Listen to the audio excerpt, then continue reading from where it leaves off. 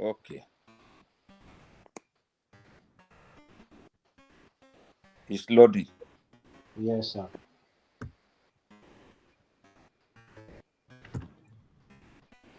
Okay. We are now on the page. Okay, so one can use this one instead of that anaconda now. Yes. This one is this is better now. this one is online fashion from Google.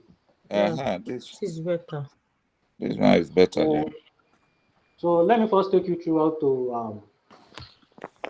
Are you saying that those of us who have Jupyter, we should delete it? No, don't do that. Don't do that. It's almost the same thing. Okay, all right. It's almost the same Because thing. I always follow the path of Dr. Michael. So that by the time we finish, I will just follow him. It's almost the same thing, sir. So yeah, this is our code. Yeah, film is not showing again. It's like we share. You have to reshare. We can't see what is. Please reshare. Okay.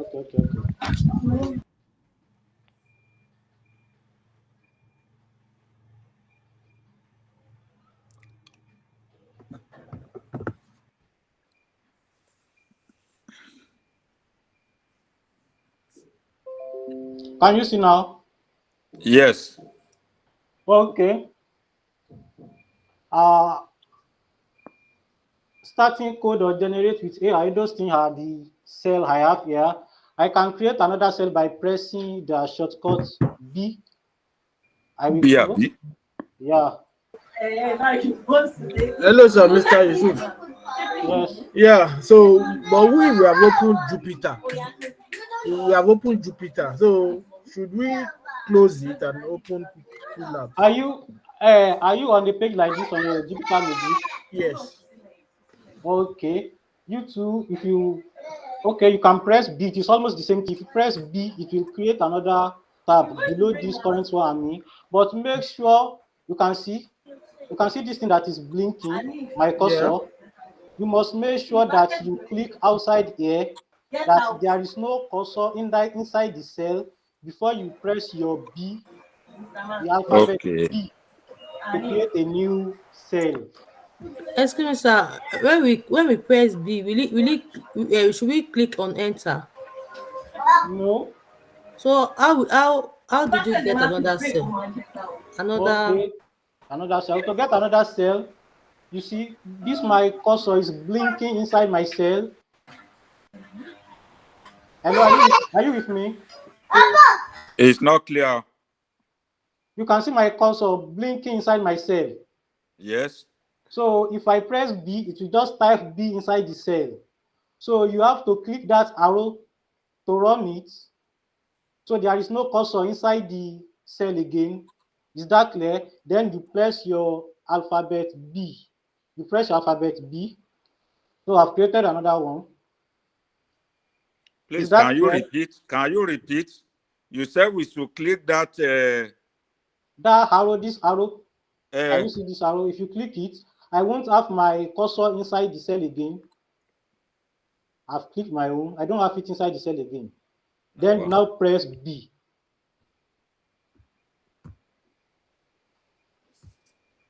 Have I made myself clear, sir? Okay, yes.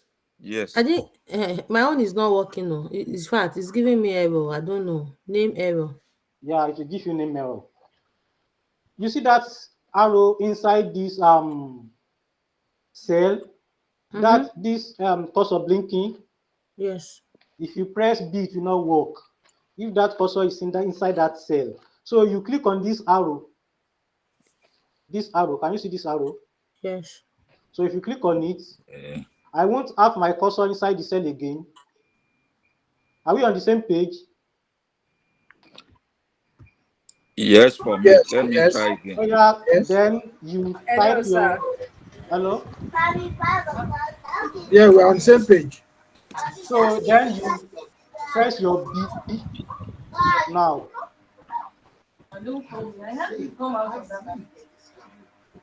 Hello? Are we on the same page? No. Okay, what I'm saying is that you see my arrow inside my cursor inside this cell. I click on this arrow. Have you clicked on this arrow? Mm-hmm. So then you press B. It will create Saying another one like B, are you saying B or D? B, It's B, B. B, B. B alphabet, B for ball. So those of us in Jupyter, is it the same thing we're going to do? Yeah, yes, it is the same process. Is that clear? Me, I don't Yes, open. it's clear now. It's clear now. I'm got it. I got it. So, so if you want to create another one, if I want to create another one above this L, I will follow the same step and click and type alphabet A. It will create another one above the A. My own is not working. No. Okay. Can you see insert here? Instant. Yeah. So you click on insert cell, insert, then you click on code cell. It will create another one for you. Okay. So, hi everyone, are we good to go? Hello everyone. Please, so Are we We good are to who good go? to is go. where is We that are noise good to coming go. from? Where is that Some noise? people are Please, making everybody, noise. Hello. please mute everybody. My own is not showing. It's not showing the arrow, please. Okay. You can click on insert Yeah. here, then you click on code Okay. cell, it will generate another one for you.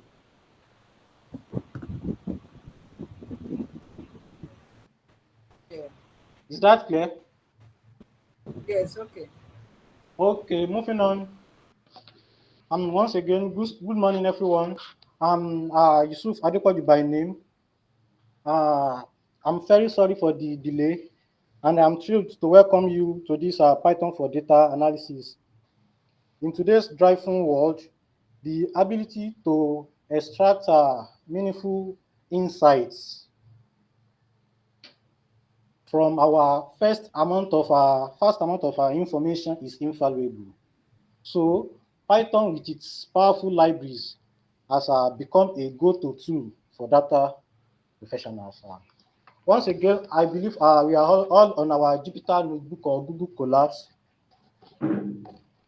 So if I may ask, how many of us are familiar with Python programming language or any other programming languages before? Um, Hello, everyone. So, when Mr. Yusuf asks us a question, please let's answer by just clicking the thumbs up. We don't have to unmute and answer him by talking, so that we have the class coordinated and everything organized. Thank you.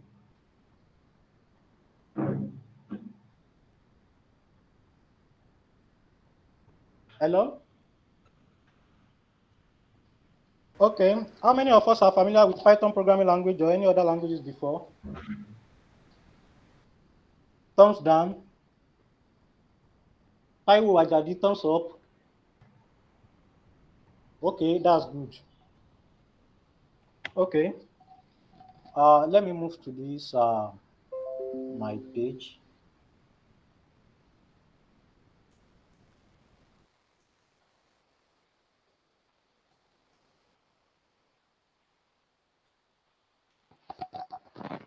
Okay, this is the page we are going to use today. So in my own case, I'm going to be creating another cell below this one. Python, introduction to Python. Python is a versatile and high-level language. It is very unique for its simplicity and readability. It's readable because it's more of an English language. It's clear and concise. It is simple because we write few lines to achieve a task when compared to other programming languages. So those of you that are familiar with other programming languages, you can testify to that. It supports OOP and its extensive library make it more suitable for various uses like web development, game development, data analytics, artificial intelligence, automation, just to mention a few. Okay. I will not like to bore you up with long talk. Let me quickly go to relevance of Python in data analysis, or let me say why Python for data analysis. Why not JavaScript? Why not other language? So Python is not just a programming language, but a versatile tool. I've said that before. It empowers us to unlock the potential hidden within our data. Whether you are a seasoned data analyst or just starting, it provides a user-friendly yet robust environment and libraries for us, such as NumPy. We'll soon get to that. For scientific computation, pandas for data cleaning and data manipulation, also data analysis, and we also have Matplotlib, Seaborn for data visualization. They are all libraries of Python programming language. So let me go to today's business improper. We are not going to be okay. I'm not going to Python for data analysis majorly today. I will be here in Python foundation. I mean the basics of Python. This is the basis of Python that we will build on to write our code when we are using NumPy, pandas. So today, starting with Python syntax. What is Python syntax? Python syntax are the set of rules that defines the combinations of symbols that are considered to be correctly structured programs in Python language. So what do I mean by that? Syntax are the laid down rules to write our codes. To have a what? A Mr. structured Yusuf, and a format. Yes. you have a question. So there is a question here that says from Mr. Taiwo. It says, what do you mean by Python libraries? Okay. Python libraries are the like extensions, those code that some people have already written there to perform some basic functions for us. Have I made myself clear? To me, it's like it is just like a laboratory where informations are kept. Abi? Yes, yes. Can I move on? Yes, you can move on. I understand. I just wanted others to get it. I understand what it means actually. Okay. So it is already written codes, functions that has been written by some people before to perform some specific tasks. So let me say pre-written codes. So they've written it, just import it, you use it. Not that you'll be the one that will be writing it. So I said that syntax are what are the lay down rules to write our code, to have a clear and concise code. So it is conventional in any programming language to print hello world. I don't know who set up the rules, but I learned that it is just to check if we've installed if all our installations are correct. So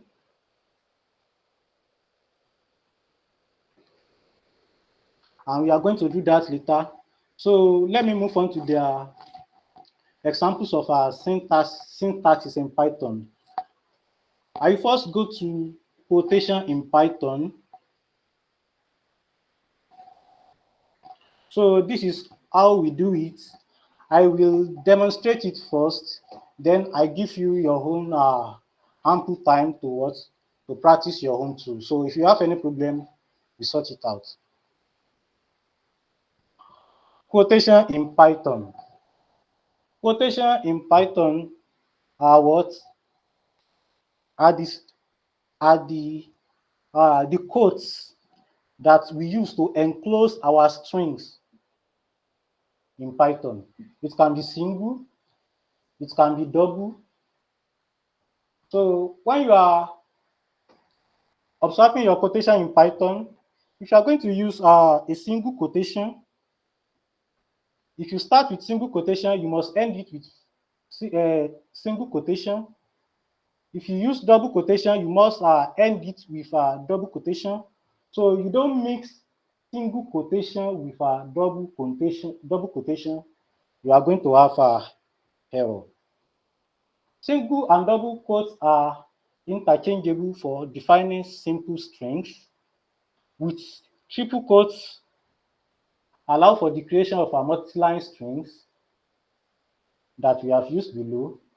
The choice of quotation type can simplify inserting one type of quote with a string without the need for escaping. For example, using double quotes to enclose a string that contains a string below. So what do I mean by that? Let me demonstrate it. Okay, here I have a single quote text. I have my single quote text here. I have hello Python in my single quote, and it works perfectly. So let me create another code and demonstrate that, and let us see what will happen if I single quotes. Okay, let me use single because of our time.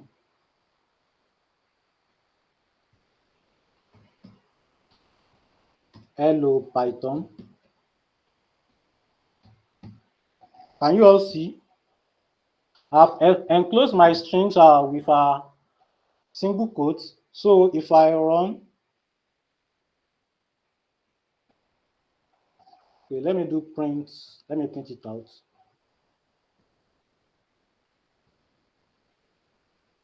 Print single.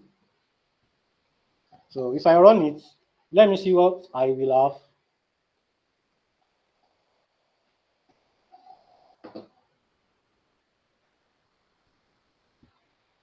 Okay, I have hello Python. Can we all see? So let me say I have violated the syntax rule. I open my what? My quote, then I don't close it. What will I have? So I have a syntax error. Syntax error because I've violated syntax rule.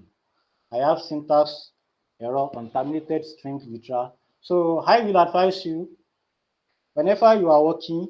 So if you open a quote or even a parenthesis, it is advisable to close it immediately and type inside it, because as little and negligible it is, it can cost you a day if you are debugging like hundreds of codes.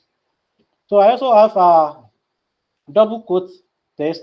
I've demonstrated how I've enclosed my string in a double quote. So moving on, the explanation to the last part of this test that we have used below, the choice of quotation can be simplified inserting one blah blah blah. The explanation to the last part is what is embedding quotes in quotes, embedding a single quote in double quotes, or embedding a double quote in single quotes.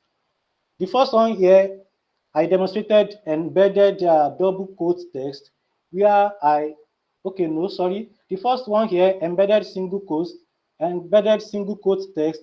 I demonstrated where I embed a single quote inside the double quote. So as we all see, he said strings can be enclosed using single quotes. So he said is enclosed in a single quote. Later on, I enclosed the whole package with double quotes. The same thing goes for the embedded double quote text.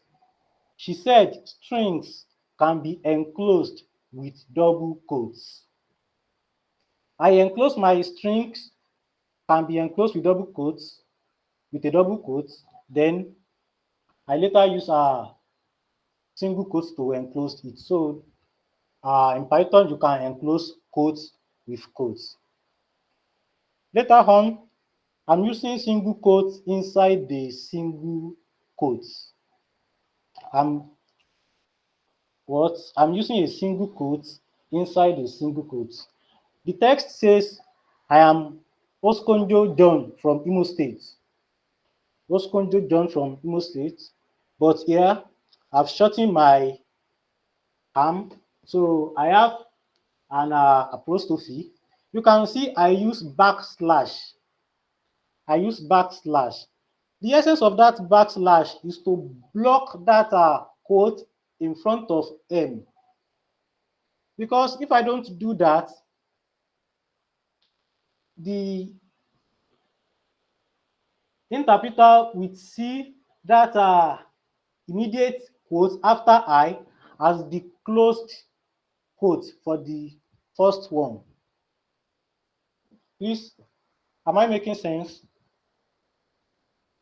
No. So I have my first quote opened. So any quote that it encounters, any next quote that it encounters, it will assume that it's what it's closing the first one. And you can see I don't mean to close the first one. I still have some text back. I still have some information back. So to avoid error, so I need to what to block that with a backslash. You can see when I put my backslash, okay, it has come back to the same color. So that is that about using single quotes inside another single quotes. So we practice that using double quotes inside double quotes. I can also do that to double quotes. I have text here, a country like South Africa. So I have inside quotes RSA, Republic of South Africa. So if I remove the backslash here, so it will assume that that quote in front of R as what? As closed, whereas I have some information left. So that is why I would use a backslash to what? To capture all the information. So if I start printing here, so I can print my double quote, I can print anything and it will work perfectly. So while my code is loading, I'm okay. We have an error here. Okay, this one that I've removed the single quotes. Okay, let me use double quote to close single quote. Let's see what happens. I've used a double quote to what to close single quotes. I still have a syntax error. So if you must use single quote, you use it throughout, and if you must use a double quote, you use it throughout.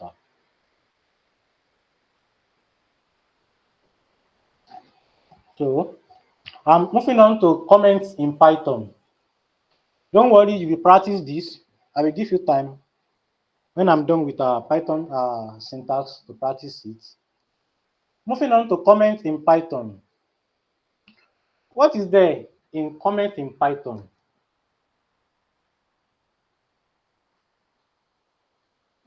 Okay. Okay.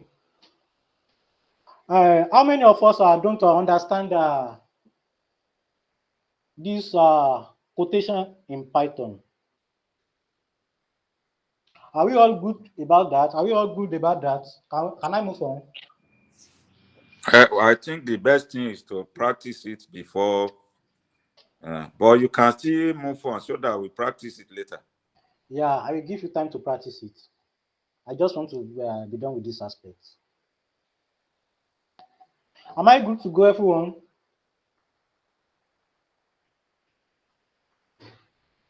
Since I don't hear anybody, it means we are good to go.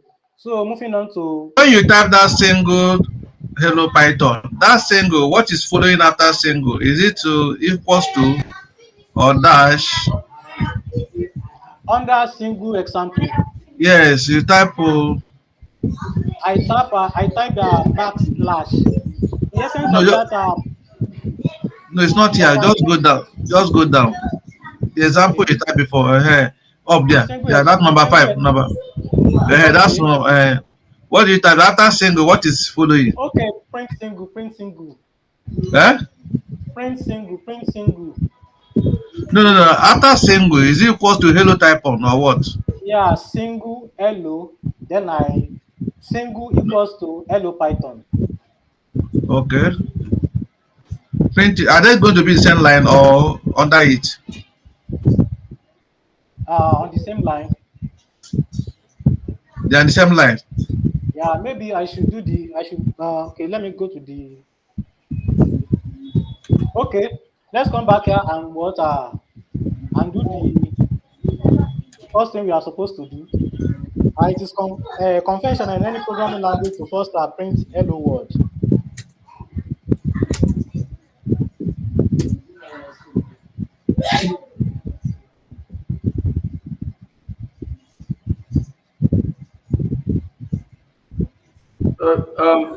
Mr. Yusuf, you are muted. You are muted.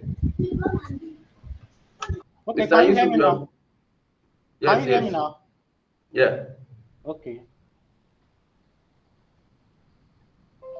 I don't know how I got myself muted. Please go ahead. Go ahead. Don't worry about that. Okay. Should we do this now or we do this later? Printing hello world. Let's do it now. Okay, you type print.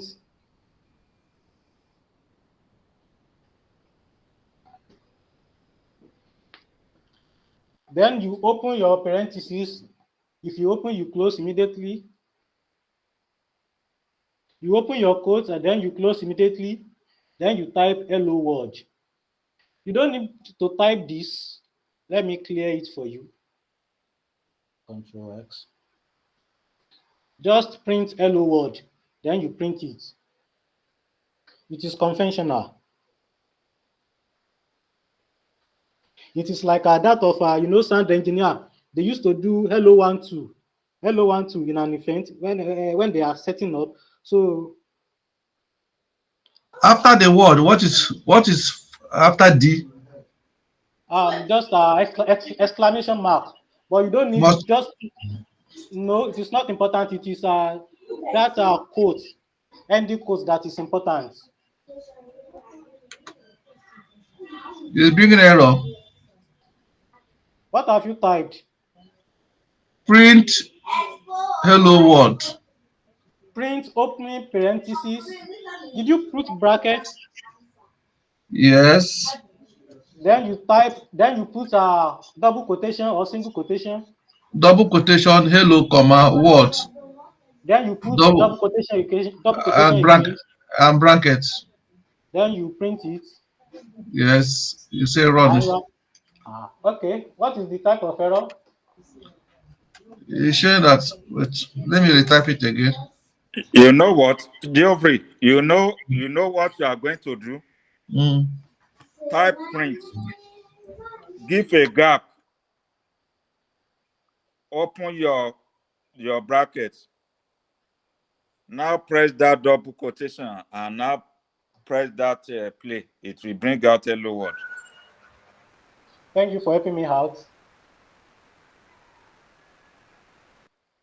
Let him do it now.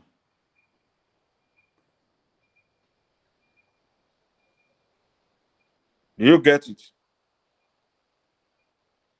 I'm coming on. I'm dropping. Okay.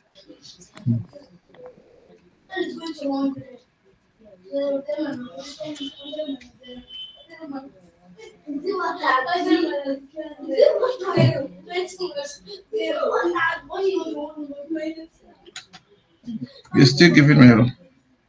No, okay. What is the nature of the error? What is the name of the error? What is there? Syntax error. Syntax or invalid syntax. Invalid syntax. Okay. Clear everything. Let me call what you are going to type for you now. Clean everything. Okay. Then, Mr. Yusuf, Yes, sir. as you have done this hello world, now if I want to now do another one, how do you go there? You type another text inside instead of that hello word, then you print it. No, what That I mean is, how are we going to get another line where we can type any other thing? okay. That is you run it. Okay, come to the insert here, then you click code cell. So we come to insert. Then you click code cell. Code cell, It okay. will create another cell. Okay. Hello. Please, Mr. Geoffrey, there's a noise coming out from your background, please.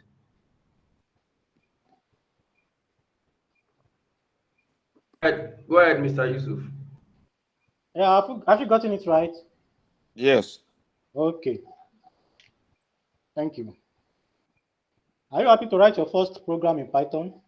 Yeah. Okay, moving to comment section.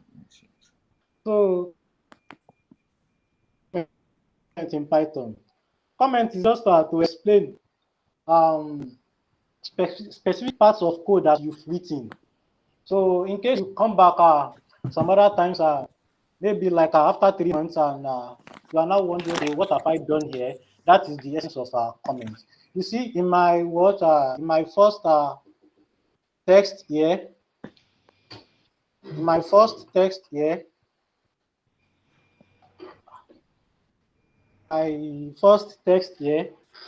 okay, it seems I'm lost. Okay,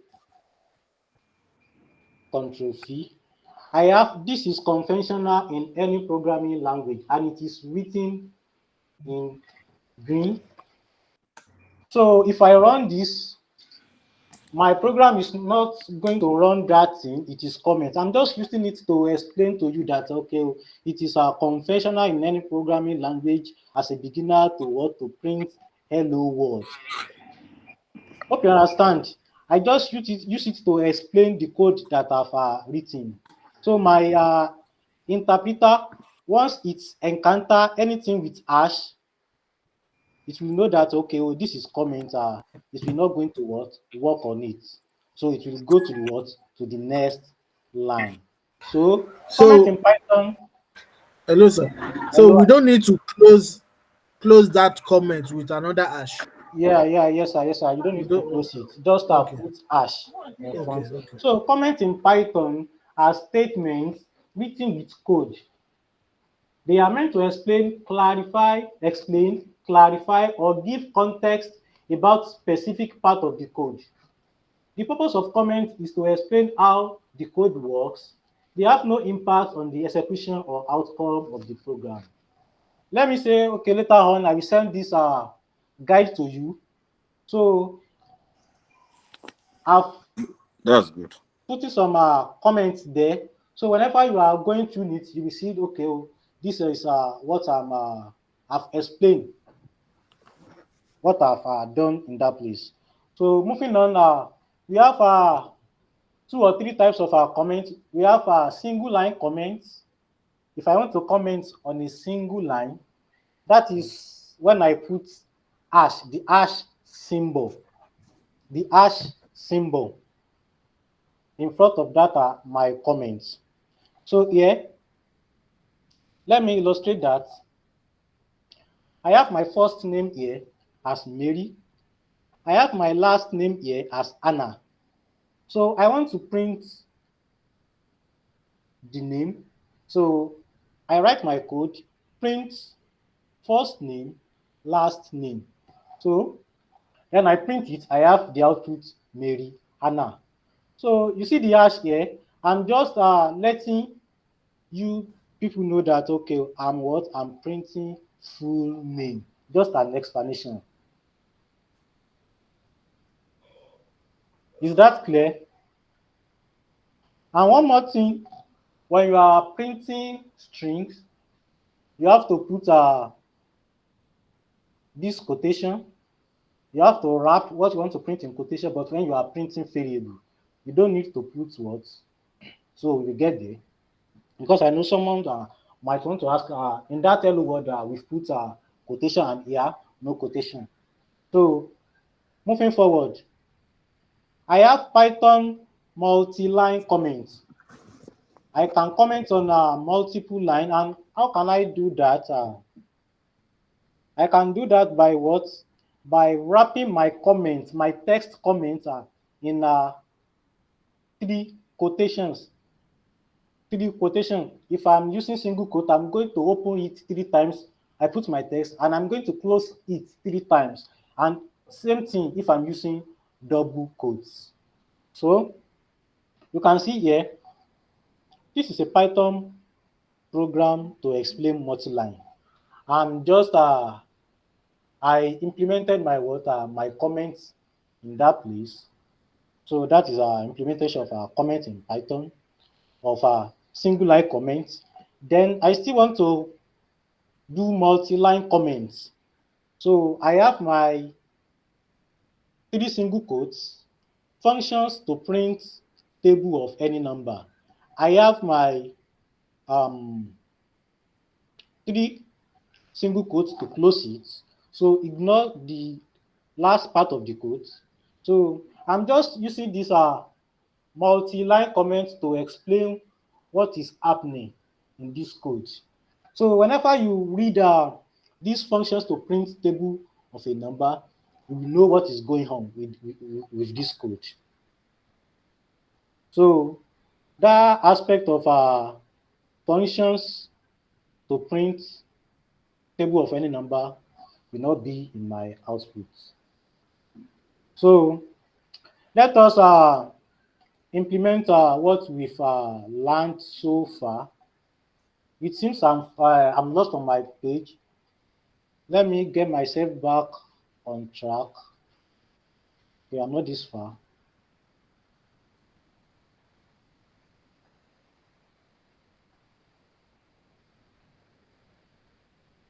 Okay, I'm coming. Okay, I'm there. This is a practice exercise for you to implement the little things we've learned.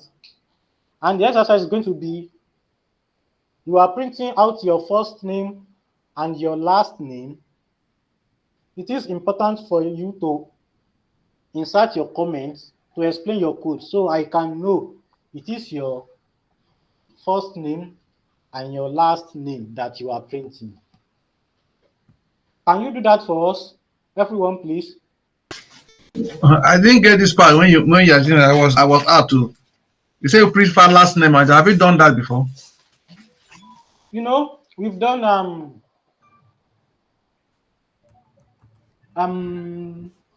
quotation in Python, Which and of we've them done. do you ask us to print now? I ask you to print your first name and your last name.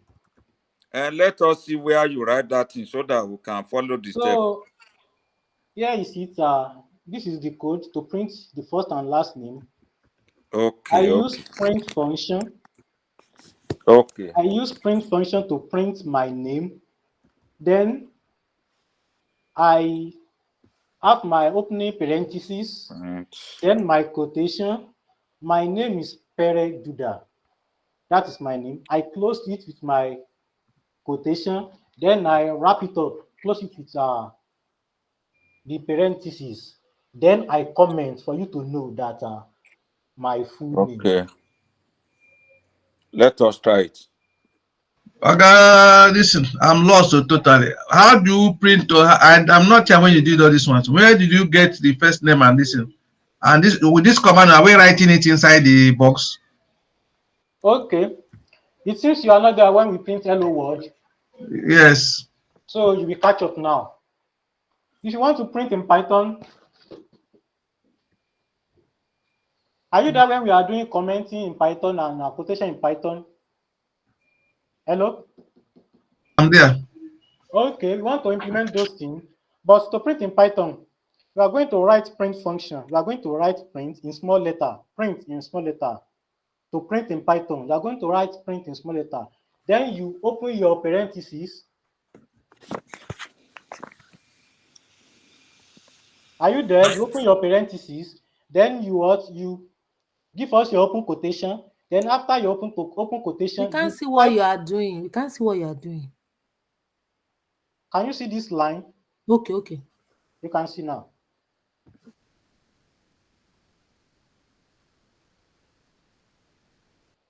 I think I can like this.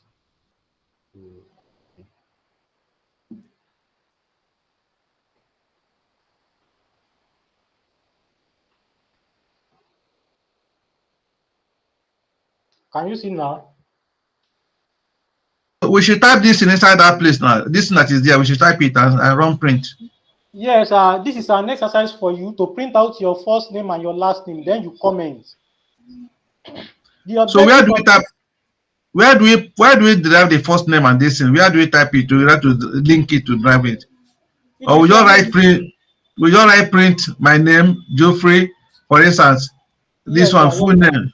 Yes, sir. You type the print function, then you follow the syntax rule, which says if you open any parentheses, you close it.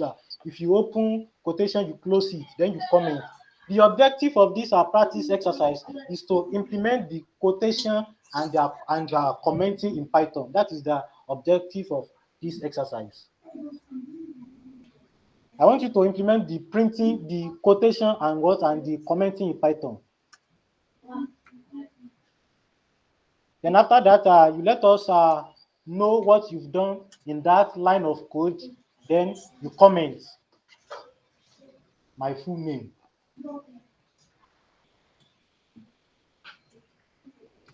Is that clear? Can I move forward? Are we all on the same page? Yeah, let me make a comment too. Okay, sir. Something that we also need to take note is when you write print, you have to give a gap before you open and close the brackets. We will see now. That is what works for you. It's not compulsory you open a gap, you leave a gap. I'm not leaving a gap here. So, but if that is what works for you, you are good to go, sir. Okay. You see, you can see I've printed my name here. My name is Pere Judah. The comment there is not printing along with my name. Just to let anybody that sees this line of code know what is going on. My full name. So I believe with this, we've implemented the quotation and the commenting in Python. Please, are we all good to go? I'm moving forward now. What I'm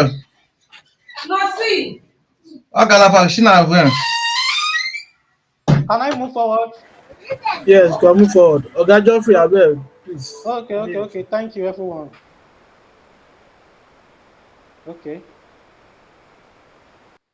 Okay, I'm moving on to Python multi-line comments. Okay, I'm done with that. Okay, after that, I have multiple line statements. If I have a longer line that my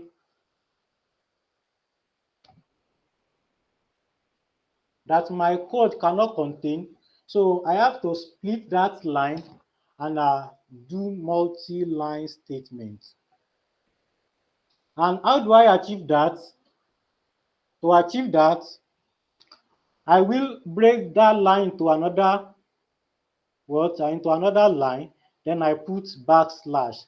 Writing a longer statement of code is not feasible or readable, as one of the objectives of Python programming language is to readable and very simple. So if you are writing a long line of code, we can't achieve that objective. So writing a long single line can be splitted into multiple lines by breaking it, so it can be more readable. We have this feature in Python, so we can break long statements into different lines. So, and we have two ways to do that. I can use a backslash or use a parenthesis. Using backslash, so let me say so let me implement that so you can see.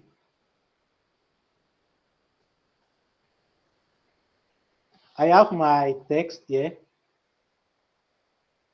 Text. Can you see? I open my quotes,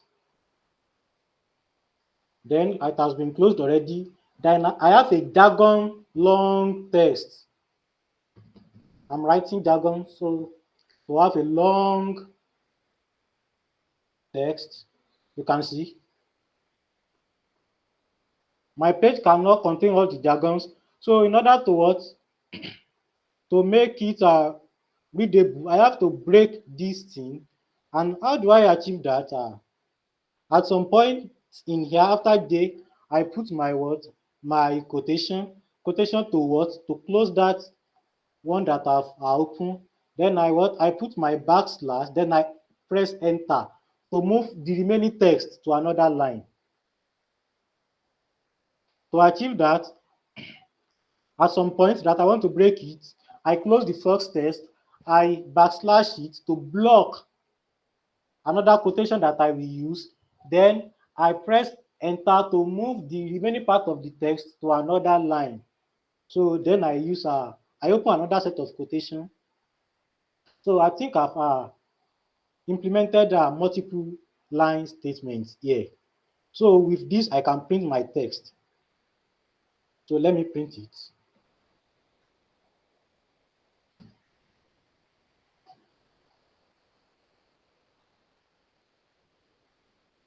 Print text. So if I run my code,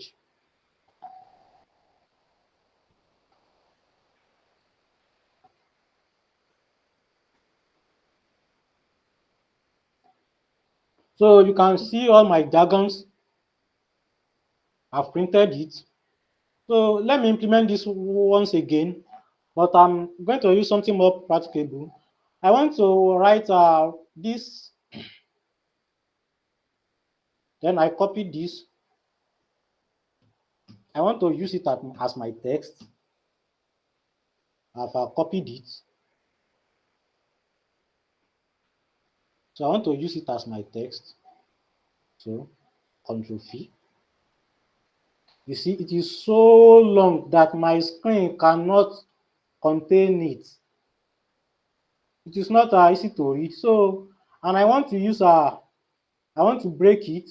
So my normal starting quotation, I want to break it along this line after this readable.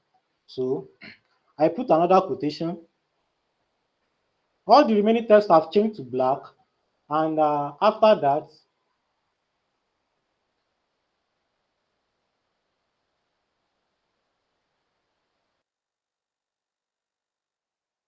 to move the remaining text to another line. So after that, to make it so it can be under the first text. Okay, then I use another quotation. So it is important to use backslash here, so it can see. So the essence of this is, if I don't use backslash here, when I print, it will only print this written, this first sentence, and the other one will lead us to error. So in order to avoid that, so I put backslash, so it can know that, okay, all these things, they are the same thing. So I still want to break it furthermore. So at this point, I close the one, the quotation that I've opened in this second line. I use backslash, then I press enter to move the other text onto the third line. Then I closed the final closing quotation. So if I print as well, so I have my what? My writing a long statement in a code is not feasible or readable. Writing a long line statement, blah, blah, blah, blah. So I think that is that about okay, I've illustrated Can that we already. practice it? That particular. Okay, if you want to practice it, but let me finish. We that are Okay, on Jupyter, we don't have those line of statement there. on Jupyter, okay, you can press you can construct your own sentence. The statement is on my own guide. You said you will send the guide to us now. Yeah, I will send it after class. Okay. I will send it after class. I should have sent it before the class. So. No problem. If you send it, only Taiwo will understand you and Anna. So What do you mean? You have done it formulate before now. your own text. Hello, my people on Jupyter Notebook. Are we on the same page? Are we getting it? You can write your own text. Without wasting our time, you can just write long jargon, then you break it, break it, break it.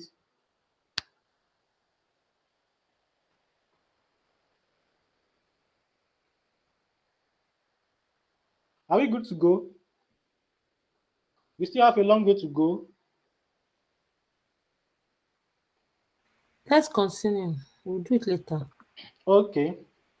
Another way that we can do that, we can write multi-line statements in Python is to use parentheses. So here, I use my square bracket, then I use comma to break that thing as I want. Also here in total function, in calling the function total, I use So we can't see what you are doing. It's like you have to reshare your screen. okay. Thank you.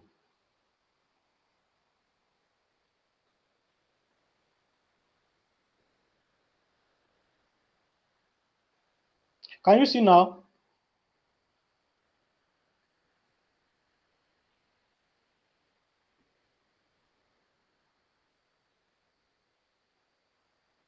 Can you see now? No, we can't. Okay, it's coming up now.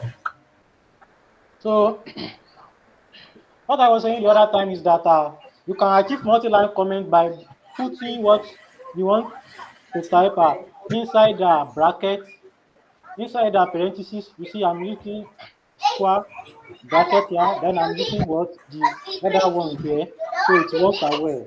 So you separate your text with comma. So that is that about multi-line. So I'm moving on to another important thing, that is indentation in Python. So what does indentation mean in Python?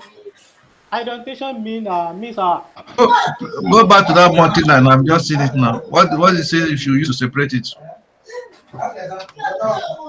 instead of using that backslashes of a thing, to achieve that, you use Come on.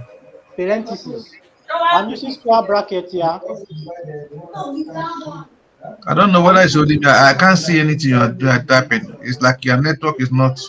No, we can see. Oh, it's only you. We are seeing his screen. thank God it is not my side again. Are you see what he's typing, Madam Hannah? Yes, I think you Yes, should yes. leave and re-enter. It's not typing. It's only explaining. We can see his screen. Okay. Can you see now? I see screen, but I didn't see what he's typing. No, you move your cursor, Mr. Yusuf. You will be able to see what you are saying. Can you see now?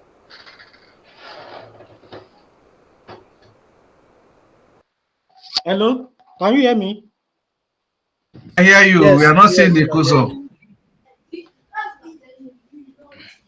Can you see my screen? Yes, we can see what you're hearing. Your cursor is moving now. Okay. So I said Mr. Jofi, send those children making noise away. instead of using that black slashes of Madam, a they are thing, in the I parlor. use. Me, I mean somewhere. So in order to achieve that, so I can use this bracket of a thing with a comma to break those things, and it will work perfectly. So at when I declare my numbers here, I have I use square bracket and the other type here. So and everything works. So moving on to indentation in Python. Indentation in Python. Indentation are what are white spaces are at the beginning of our code. It is very, very important in our to observe that in our code because if not, it will lead us to indentation error. It is a very important thing to take note of. Python indentation refers to the use of white space. If you are using spaces, you do it 4 times, and if you are using tabs, you do it once at the beginning of a line of code in Python. It is used to define the code blocks. Indentation is crucial in Python because unlike many other programming languages that use curly braces to define blocks. So let us see how indentation works. So you will appreciate this indentation. You will appreciate it very well when we move to our conditional statements, because at that place, if you play with your indentation, it will give you error. Straightforward. So this is my indentation here. So I'm using if statement, that is conditional statement. You will soon get there. So in the syntax of if statement, whenever you use if statement, the next line must be indented. So to achieve that, here, let me show my output. So to achieve that, after using my if statement, if 10 is greater than 5, print this is true. Here, you see, I put my indentation. If I'm using space, I will use it 4 times. 1, 2, 3, 4. That is the right thing. So if I'm using tab, I will do that once. And if my tab is set to 2, tab is like 4 white spaces.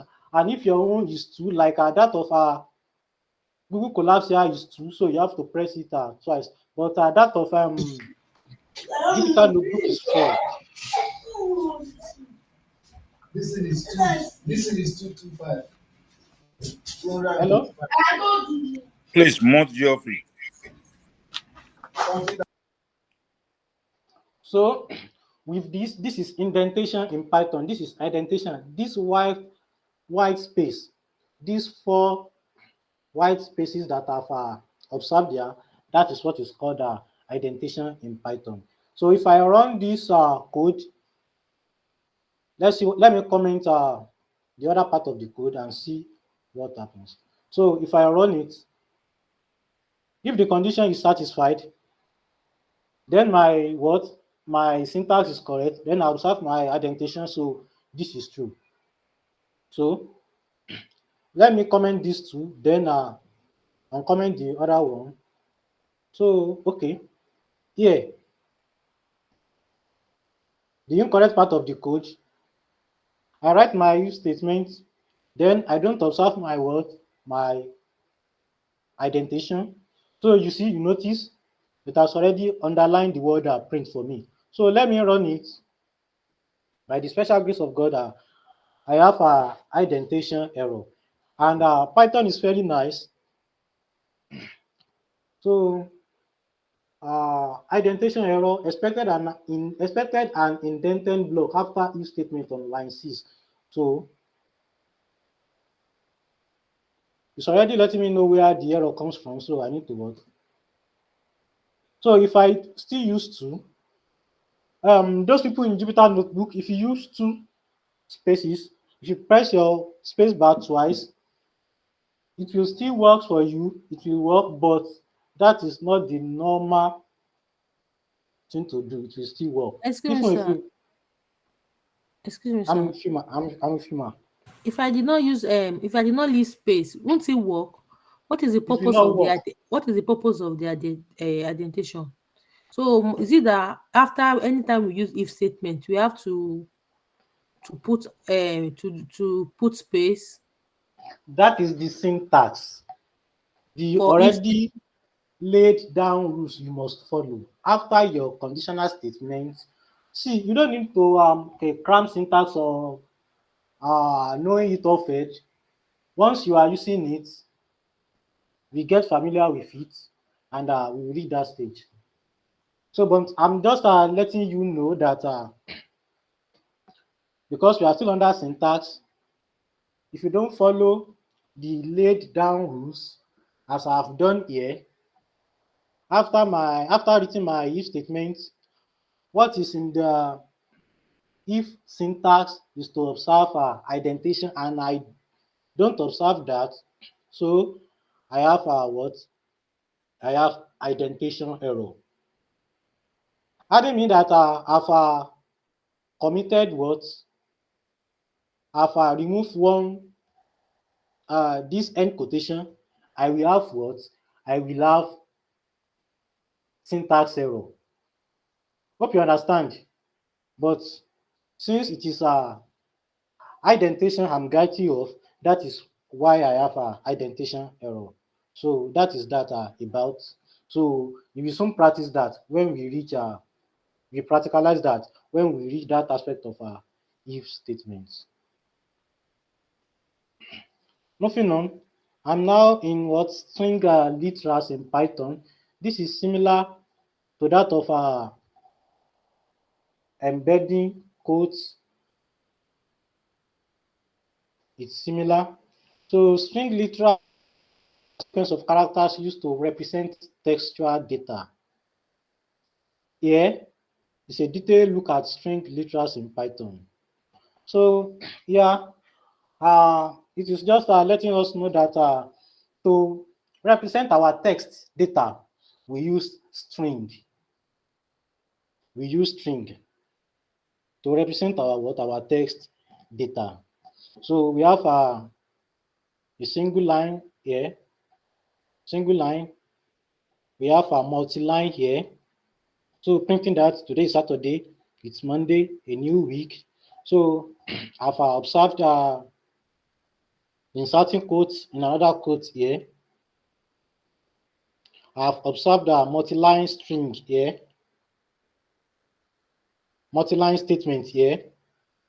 So this is just letting us know that we represent our textual data with string in Python.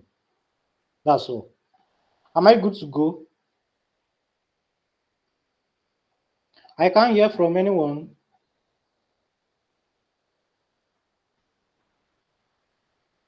Hello? Hello, everyone.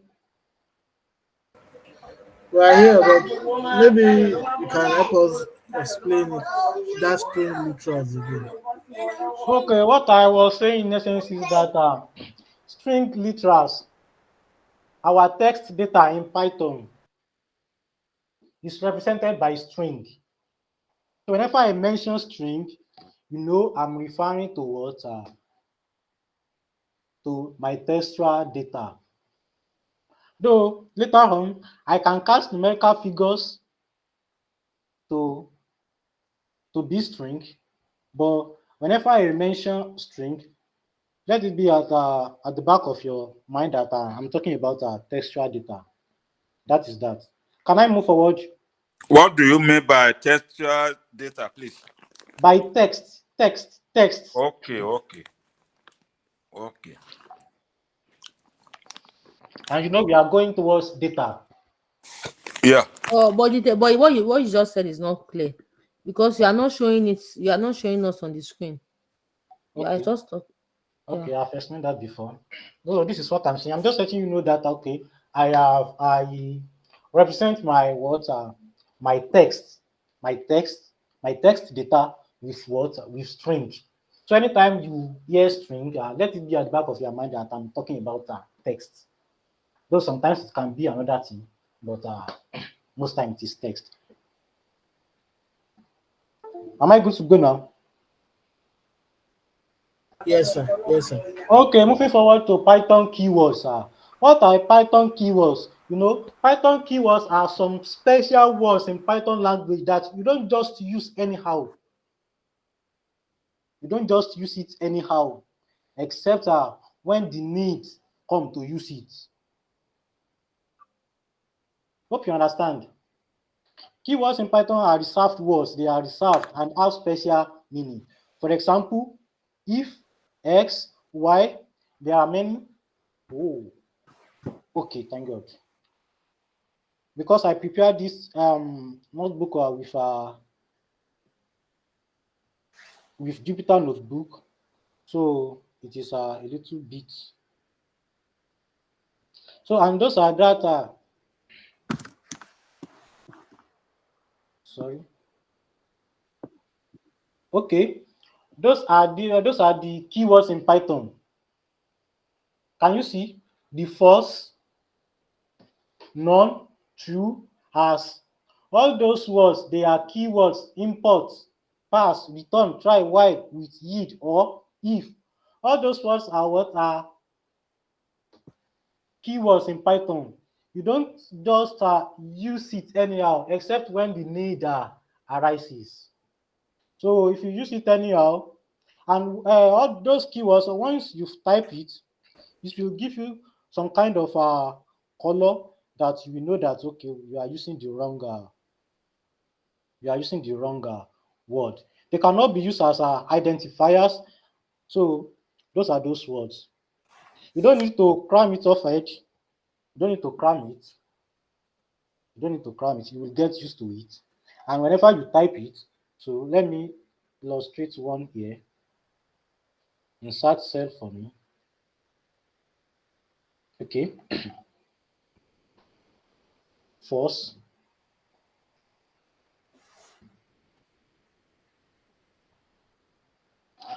Okay, can you see?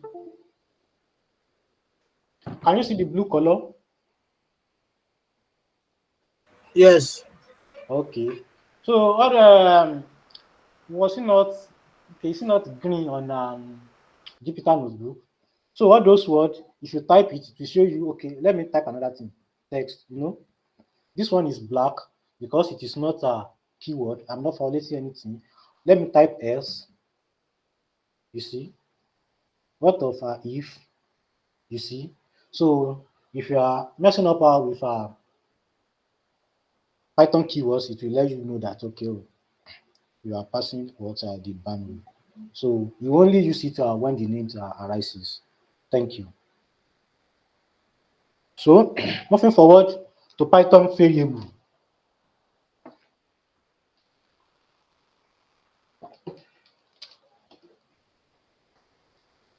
Variables in Python are essentially named references pointing to objects in memory. Unlike some other languages, in Python, you don't need to declare a variable's type explicitly. So what am I saying with this? Variable is just like your name, your own name, that whenever I call it, certain values, your values will pop up. And what does variable do in Python? Variable create a space in memory where it store the value which you assign to the what, to the variable, and whenever you call on the variable, you get the value. And in Python, you don't need to declare variable type whenever you are declaring or you are defining your variable. Okay, in if you are familiar with all those C+ language, if you want to declare a variable, it is important to declare that the data type of that variable, because it can accept that variable for you. But here in Python, Python is so nice that it will detect the type of data variable for you. So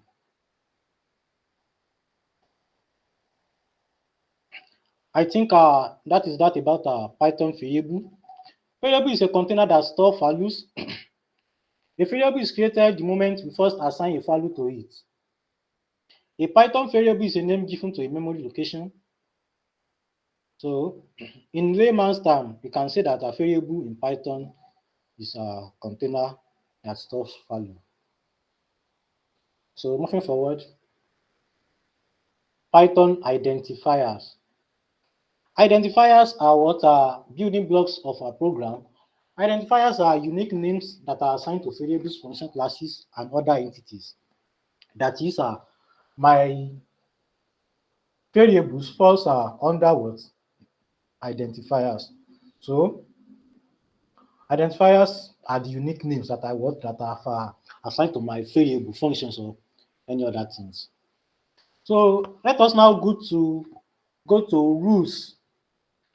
When we want to declare our variable, we have some rules that is guiding us.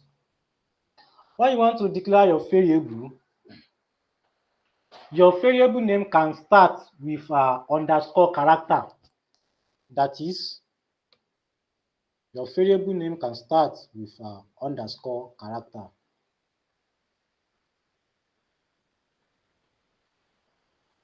That is, with underscore, I can start my what? My variable name, underscore my name, underscore my name, underscore my name. So what is my name? My name is what? My name is Oskonjo John. So let me just put John because of our time. So this is valid. I will not get error. I will not get error. This is valid. So I can even print my name. I can come back here and call my name. You know, I've declared that variable. So whenever I call my name, I will have the value of my name, which is John. So that's valid. I can start my what? My variable with underscore character. A Python variable cannot start with a number. So let me start my name with number. Let me use 5. Then I run it. Then I update this where I'm calling it. So let me comment this. So if I run it, I'm going to get error. Syntax error. Invalid decimal literal. Because I'm doing what? I am starting my variable name with number. So which against our syntax rule is not allowed. Even if I use 6, if I use 9, I will still arrive at what syntax error. So that is that.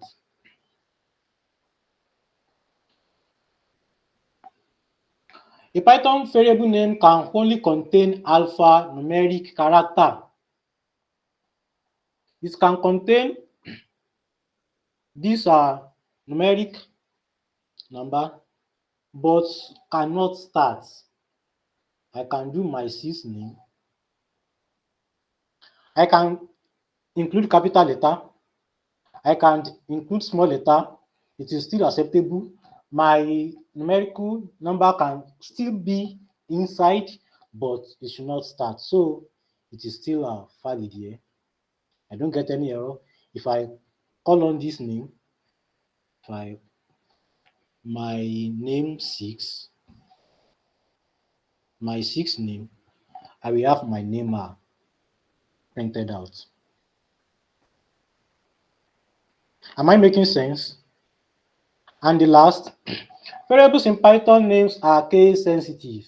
Name is not the same thing as name, and it's not the same thing as name. So what do I mean by that? In Python is very sensitive about how we use our word capital and small letter. If I type in small letter, it is quite different from if I start with capital letter or if I insert capital letter in any of it. So it is case sensitive. Am I good to go? The reserved words, the keywords in Python cannot be used to name a variable in Python. All those are keywords that we discussed earlier on cannot be used. So let me declare my name as false. Can you see? This is going to give me error. It's giving me error. Cannot assign to false. I cannot use false just anyhow. I cannot use it. But let me change this first F to what? To small f, and it will work perfectly. This is an evidence that what? Python is what is case sensitive. The first keyword, the first that is in keyword starts with what? With capital letter. While the one I'm using now is that of a small letter, and they are two different things in Python. So certain words in Python known as a reserved word have special meaning and functions. So don't let me start reading notes. You can do that yourself later.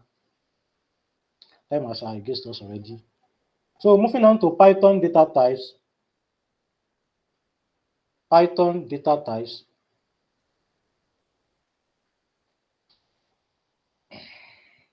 In programming, data type is an important concept.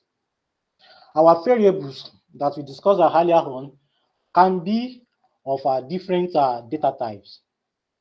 My variable can be in string, that is, when I mention string, my textual data, my text. I can have numeric types. When I have numeric types, that is, I have numbers. And that numbers can be integer, that is a whole number, floats, decimal numbers, and complex number. That's I something I plus something j that we used to have in secondary school mathematics. Another data types can be sequence types, list, tuple, and range. Another data type can be mapping type,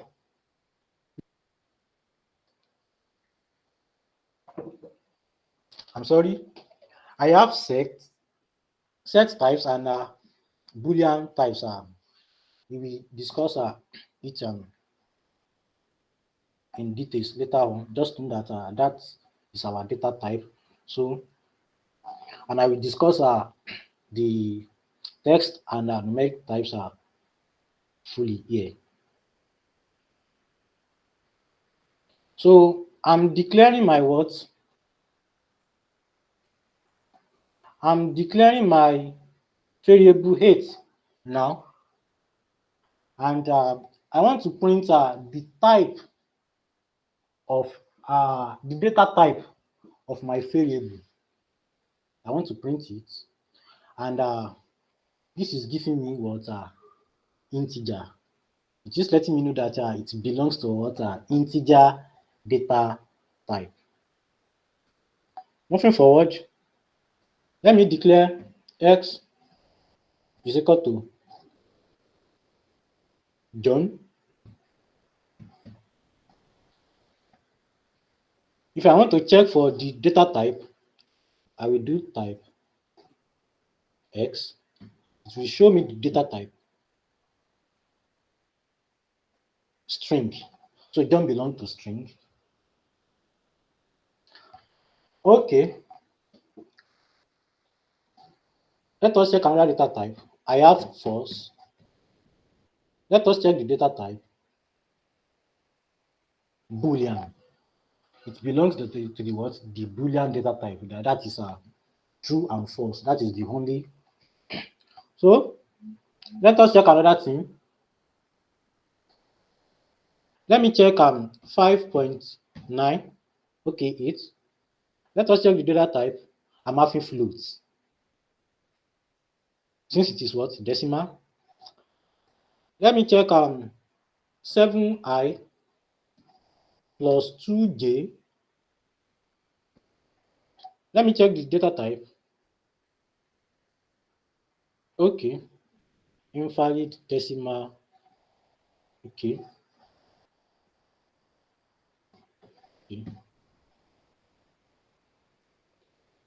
I'm having complex type. So later on, there can be a need for me to move from one data type to another. Don't you think so? I can need to what? To move from 7.8, which is what? Which is float, to what? To integer. So if I want to do that, I want to convert from one type to another. I just come back here and put that thing that I want to convert it to. I want to convert it to string. Then I put parentheses. I close it. Then let me check the data type again. Then I have what? I have integer. Even if I have a integer here before, then I want to cast this thing to float. So let's see what happens. I've cast my 7 to what? To float. So let me now print x. And let us see the value. I have 7.0. Good. So that is that. About what? About so how to move from one data type to another. I've discussed that. So you can practice that. You can practice that. You can practice that. Yeah, can you see my page now? Can you all see my page? Yes. So you can practice that. Declare variable. After declaring your variable, check the type, convert from one type to another.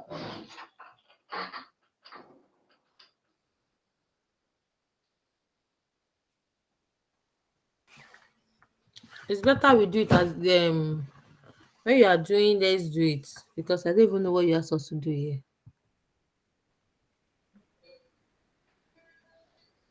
Let him give us a question Eh, so that we can attempt it. Um, It's more exciting. what he has asked you to do is Hello, are you getting it? to yeah what he has asked you to do is to type the code you are looking at here. So you type the first line, for example, x equal 15. So and then you check it. What does that give you? So what is s now as a variable? When you create a new cell in Google Colab, and then you type in x equals 15, and then you check, does x give you 15?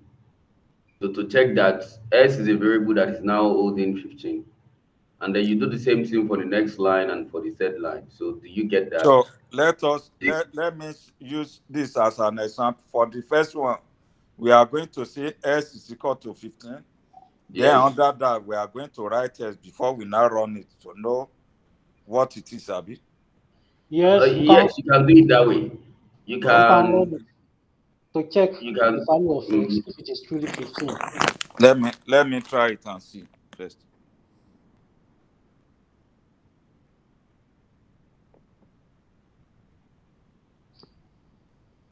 I understand what he's saying. He said we should like s equals 15. Mm. Yes. Then Mhm. you now type x, it will tell you maybe it's integer, it's float, or it's complex. Yeah. So that's No, what You he's no, now, saying. but that is not what the first line is doing. The first line I'm you are talking about the saving. second one. Yeah, okay. You mean the one that says convert from int to float? Okay. The first one is saying what? The first one is actually asking you to store a value in a variable. The value here, for the first example, the value here is 15. So you want to save that value in a variable called x, and then check whether that true. When you do that, and then you type x. So you now check whether x gives you 15 or it doesn't give you 15. Okay, we'll type print x. You can do pretest, okay, yes. here you see it. I'm having a problem. How do I type the small s under that s is equal to this? Okay, okay, okay, Press okay, okay. enter. Yeah, Okay, it's this Enter showing is, you will go now. to It's showing you. another It's line. showing you now. Please let's all watch. It's showing us now. can you see? Mm. I'm assigning 15 to my x.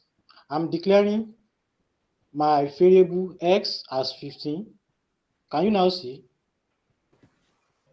So if I press enter inside the same cell, the cursor will come down. If I type x, if I run it, I will have my value 15. And that is the advantages of using this interactive page. If you are using some other code editor, it is important that you put print before you can. But yeah, just write my x, and I have my 15. So in the other, in the next cell, I want to check the data type of this 15. So I will do type x.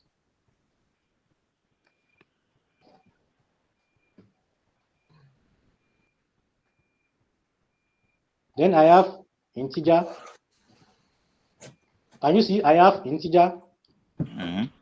So I want to cast this from Mr. Yusuf, please hold sir. on.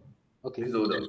So at this point, Mr. Yusuf so far has shown us different concepts, different elements in Python. Now here we are talking about variables. So now at this point, can we get somebody to tell us what your understanding of this on this variable thing?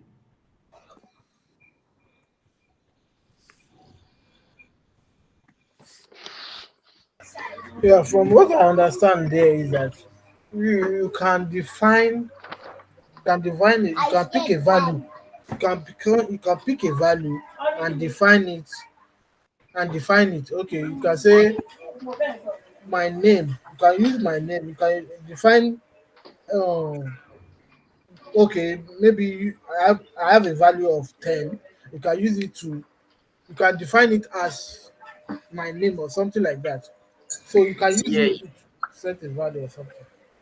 yeah, Mr. Taiwo, you did a good job. You are very, very close. Anyone else want to give that a try?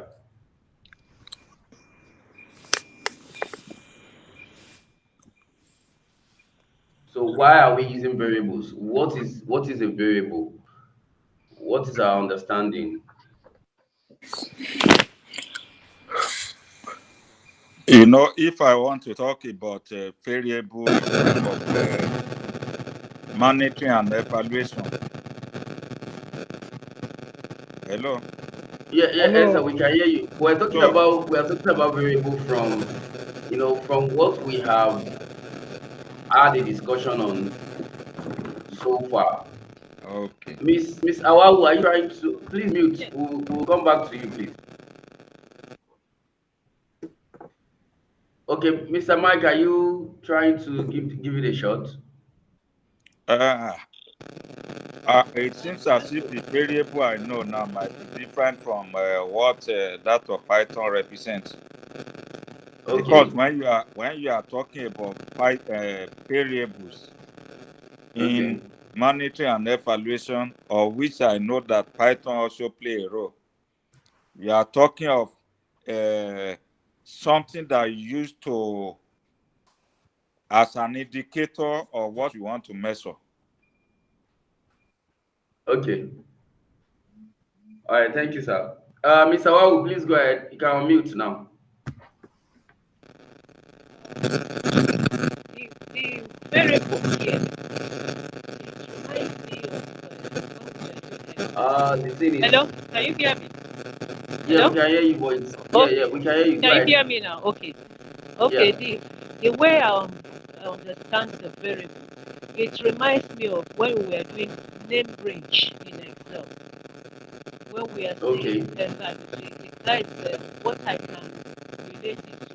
When we are saying that instead of you, there was an illustration that was giving that now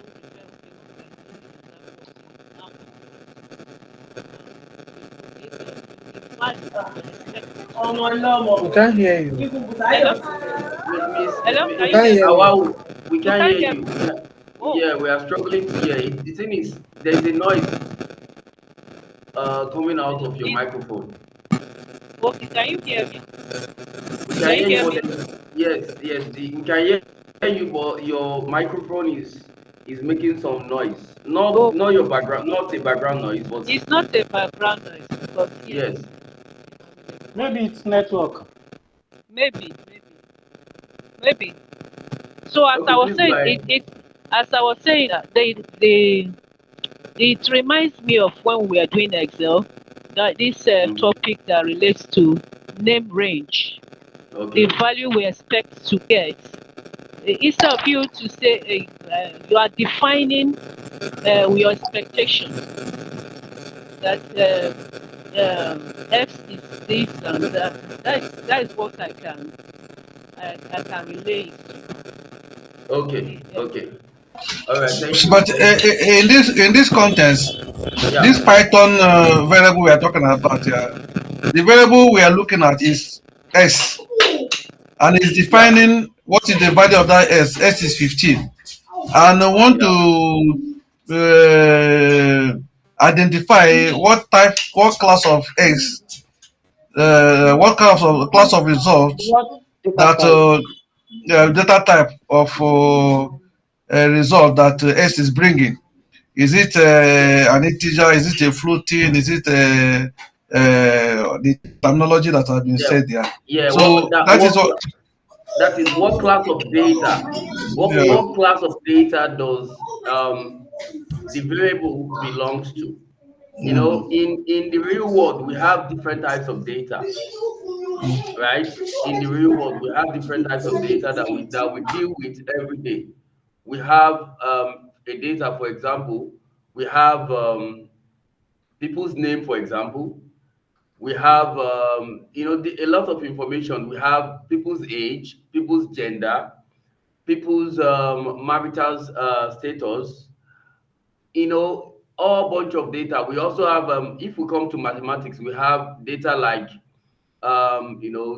decimal numbers like pi, like pi, the number with 3.1 dots and so on. So we have different types of data. Now, when it comes to a programming language like Python, and you want to represent these different types of data that you have in the real world, so Python provides you with features that you can use to represent those information that you have in the real world. Are we together? So, for example, you want to write a program in Python that has to deal with someone's name. For example, you want to write a simple program that will ask for somebody's name and then tell them that they are welcome. So Python provides you, what Mr. Yusuf is trying to tell here is that Python provides you a feature called variable and a data type for collecting, for storing someone's name. So you can store that person's name in a variable and then use that variable and manipulate that variable and do whatever you want to do with that variable. So a variable is just a name, to put it straight. A variable is nothing more than a name referring to a value. So if I create a variable x, for example, and then I save 10 in that variable, every time I refer to x, I am actually referring to 10. So variable is just a representation of that number. I hope we all got that. So variable is just that we call it a named value. We all know that 10 is 10, that is a constant. 11 is 11 is a constant. 12 is 12 is a constant. You cannot change it. It is unchangeable because that is a constant, right? But Miss Anna, you want to say something? No, no, no, no. So, but for a variable, the value, what you kept in a variable, what you saved in a variable can be changed. As Mr. Yusuf has rightly showed you, you can, for example, create a variable called x and then save 5 in it. So later on, you can change that number, replace it with 10. You can change that number in the variable and replace it with 10. Now, when you refer to x, you'll be referring to the latest value that you stored in it. So I hope this is clear. Please, give me some thumbs up if this concept is clear. Thank you very much for helping me out. Thank you. You're welcome. The truth is just that the Python itself looks somehow funny, not that it's just like an abstract that we used to do in MIE now.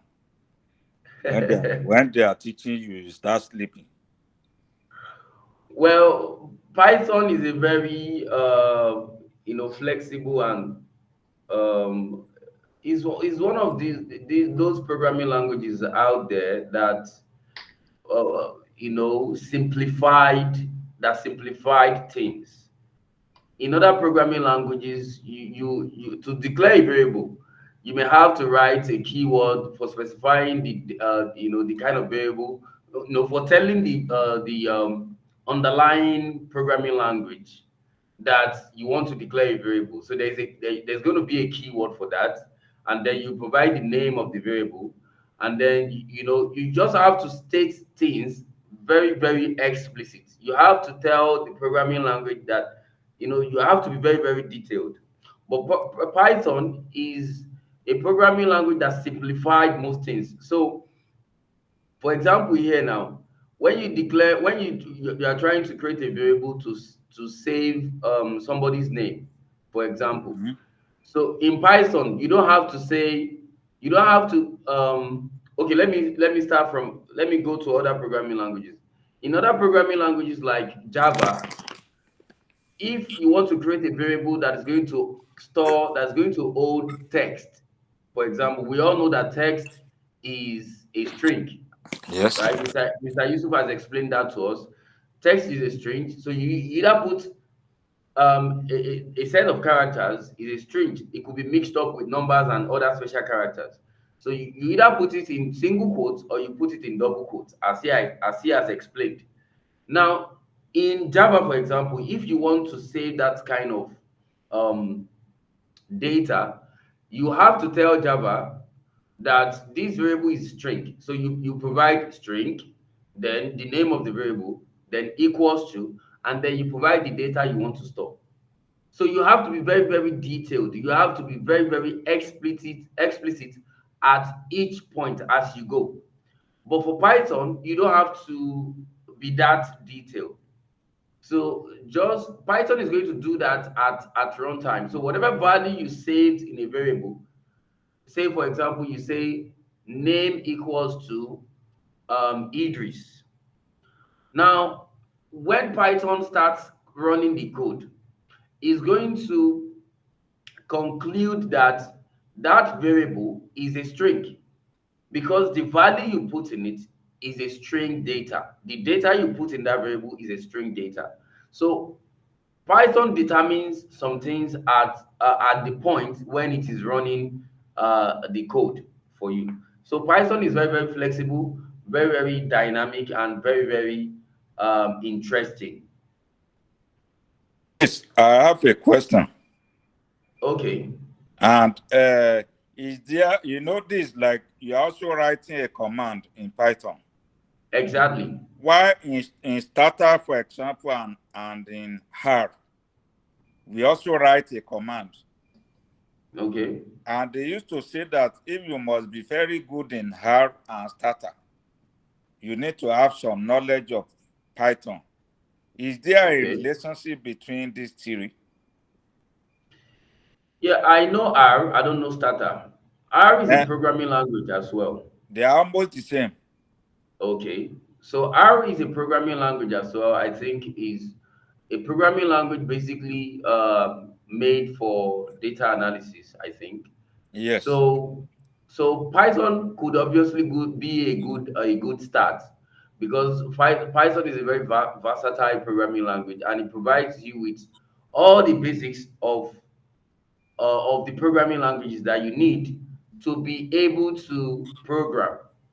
Mm-hmm. And what Mr. Yusuf has been showing you so far is the basics you find in any programming language. If you go to R, you find these things there. Mm-hmm. You find And you to, find things like strings, numbers, data types, variables, conditions, and so on and so forth. and in addition to that, if you've already learned one programming before, if you are moving to another one, it will be very, very easier for you than someone who hasn't learned a programming language before. So if you've learned maybe JavaScript before, so and you are now taking on Python, it will be very, very, very easier for you than others. So to buttress that. So can I continue now? Yes, continue. Okay. The type of my x is what? Integer. So let me put it to float, then I move forward. Float.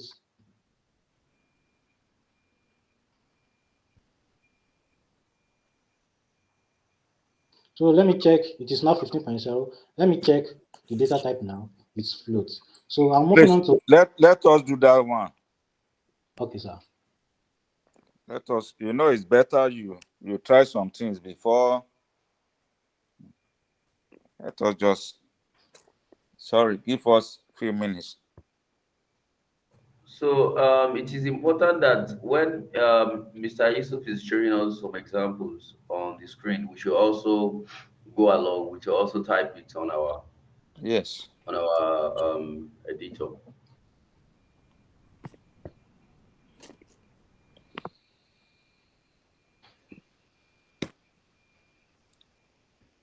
We are coming. Enter.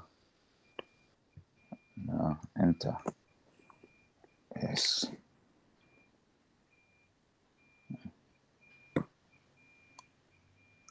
Okay.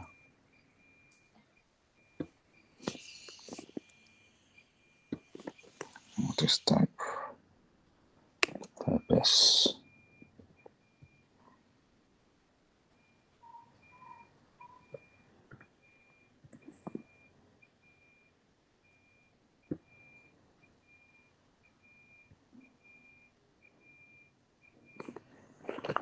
Then how do we save this on our desktop? You go to file, Okay. click on file, save it to any name. Okay. Okay.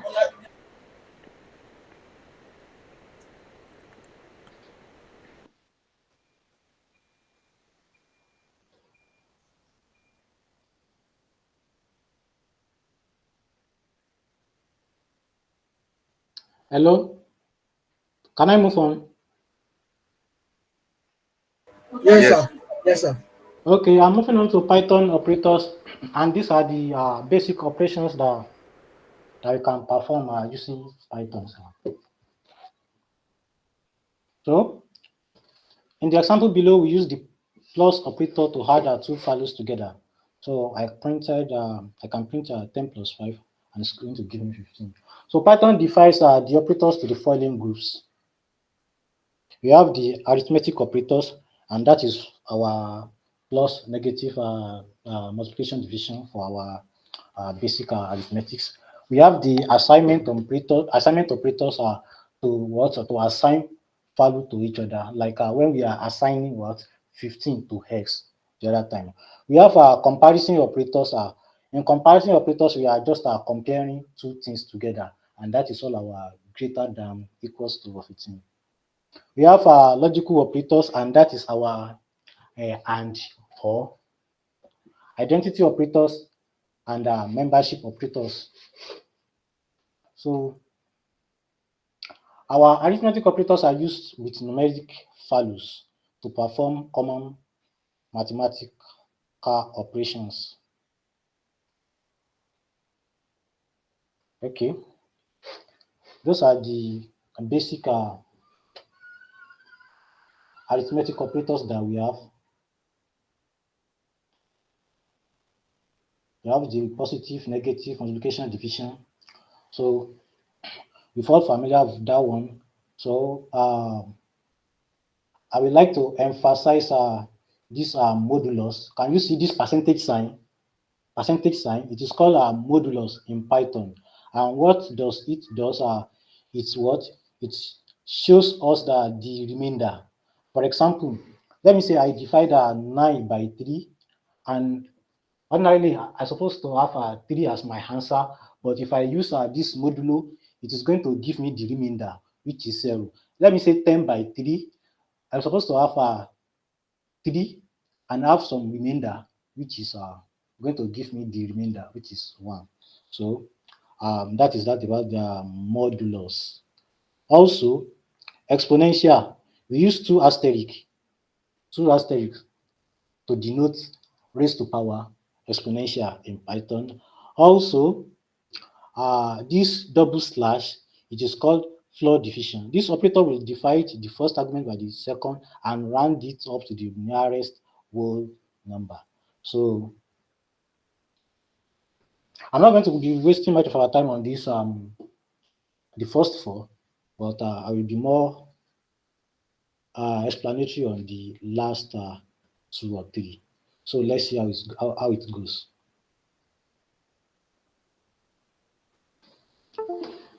So I have my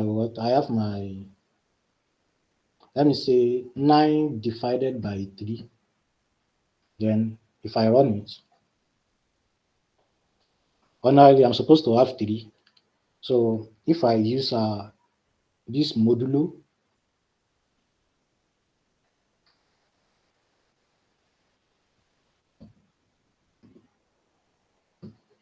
what am I even pressing safe? 9 modulo 3, this will give me 0. That is the remainder. So let me do 10.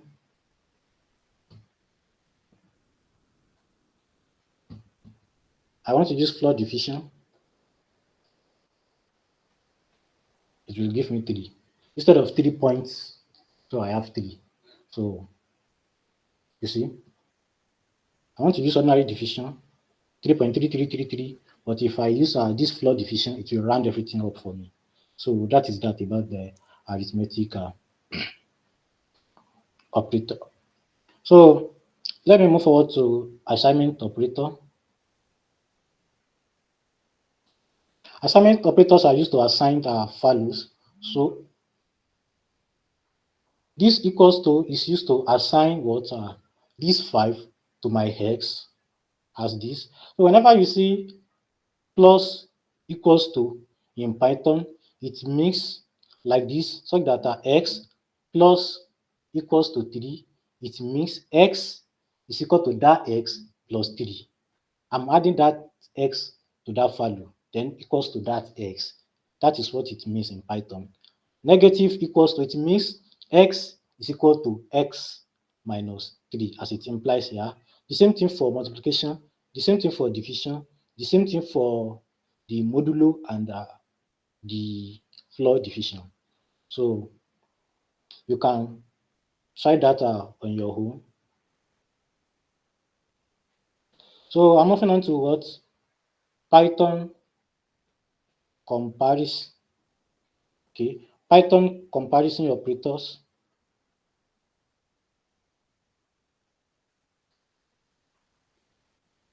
So as I have said before, this is just to compare between two values. What is happening here? So we have the operator double equals to equal x equals y.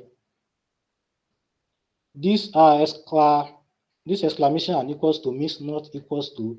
You have the number greater than, less than, number greater than, equal to, and the number. So it is important to note at this point that we have double equals to. It means the value of x is equals to the value of y, not that I'm assigning y to x like that of when I'm doing x is equal to 15.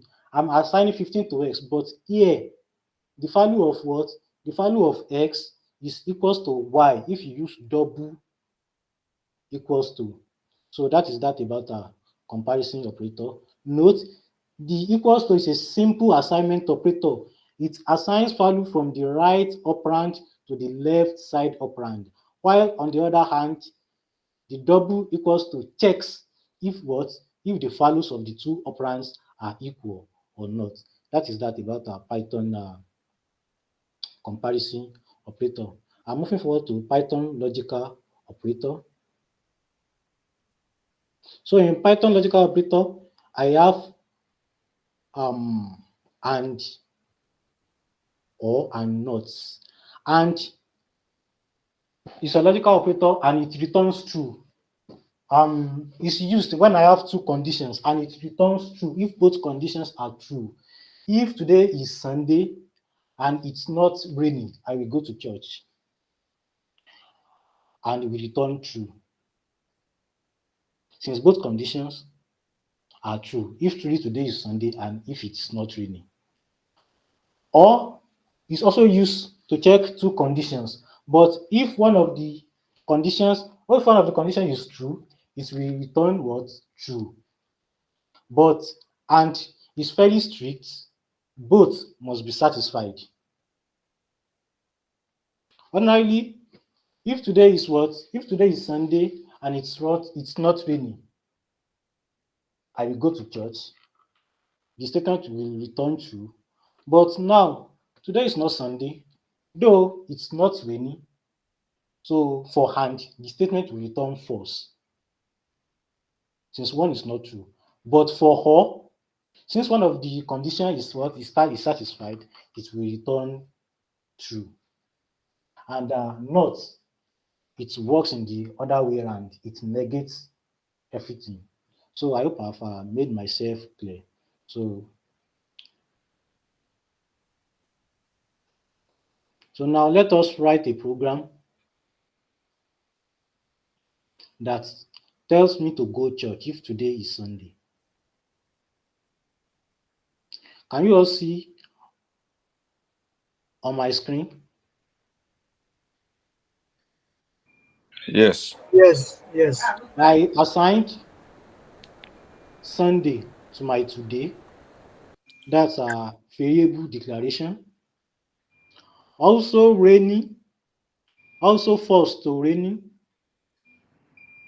So I now have the if condition. If today is Sunday. We've not done if, but I just want to implement this and. So if today is Sunday and it's raining, it's not raining, I will go to church. That is, our raining is equal to false. But okay, our today is Sunday already. So I think and raining is false. So I think both conditions are satisfied. So our program will return true. It will work perfectly. Let's see, I will go to church. But since today is Saturday,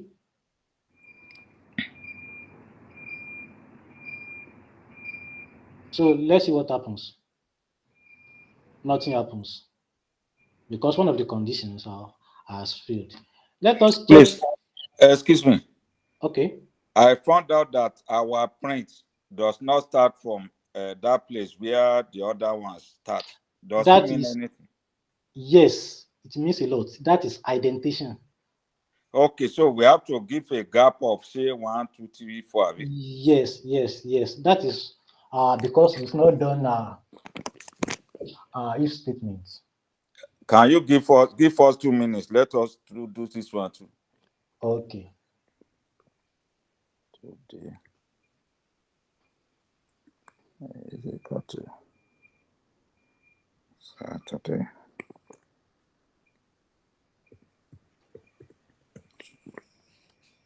Excuse me, sir. If today is that double quote that is there? If today is Sunday or what? You can use double quote or single quote. Can use anyone. No, But just be consistent with what you use. no, is this star that is there or what? I can't see it. Where? If today Double write, equals to. okay. I use double equals to. So what's the meaning of that double equals to? To assign, to let us know that the value of today is equals to Sunday. Then what is the difference between ordinary equals to and that one? Yes, the ordinary equals to is assigning that value to the variable name, while this is letting us know that their value are equal.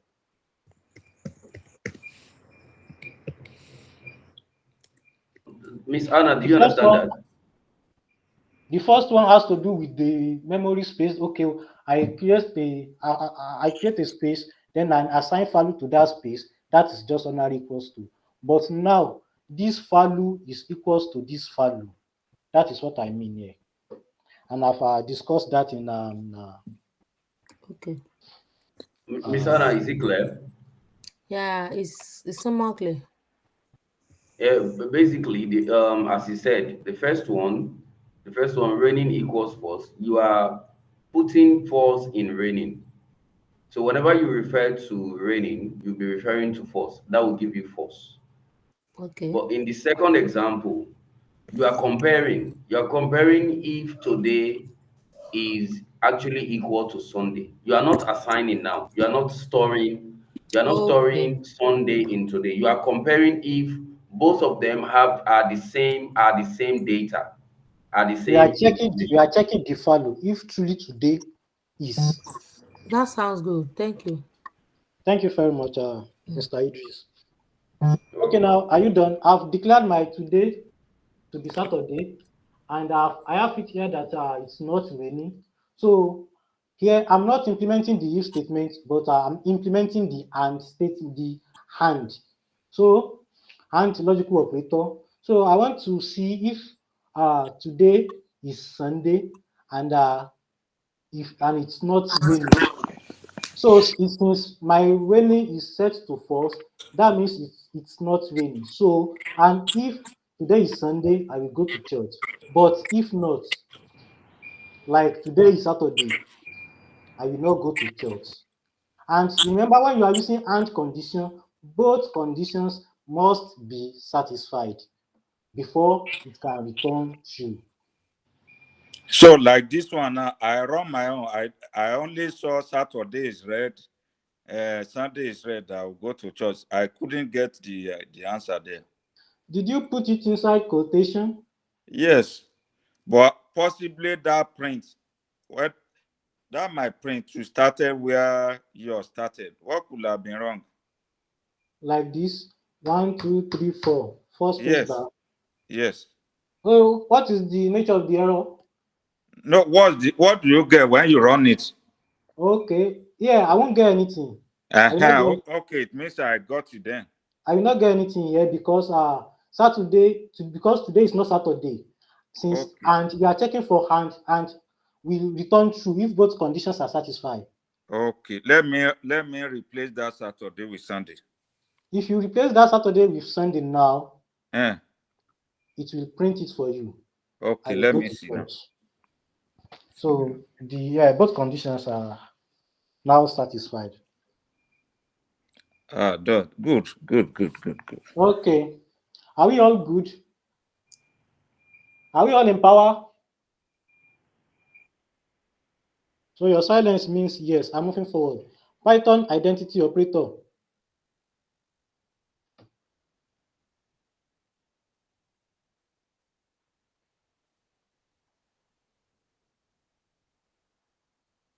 Okay, identity operator are used to compare the objects, not only if they are equal, but if they are actually the same objects within the same memory.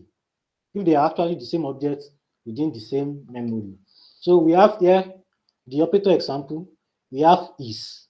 Return true if both variables are in the same object. Okay. Um, it should be x is y, and that is the work of my what editor. So if you open this page on Jupyter Notebook, it will render properly. So it's not returns true if both variables are not true if both variables are not in the same object location. That is, s is not equals to y. It will return what true since you've negate it here. So that is that about Python and identity operator. Also, we have a Python membership operator to check if something is in or not in. Returns true if sequence with the specified value is present in the object. That is x in y. I may have a list. I want to check, okay, if that's in dash or not, if that's not in dash. So that is that. So we have a little exercise here to implement what we've been learning so far. Okay, this will give me error because it is Jupyter notebook. But what is there? Write a program that tells me to go to work if it's weekdays. A program that tells me to go to work if it's weekdays. Okay. Before that, let us go to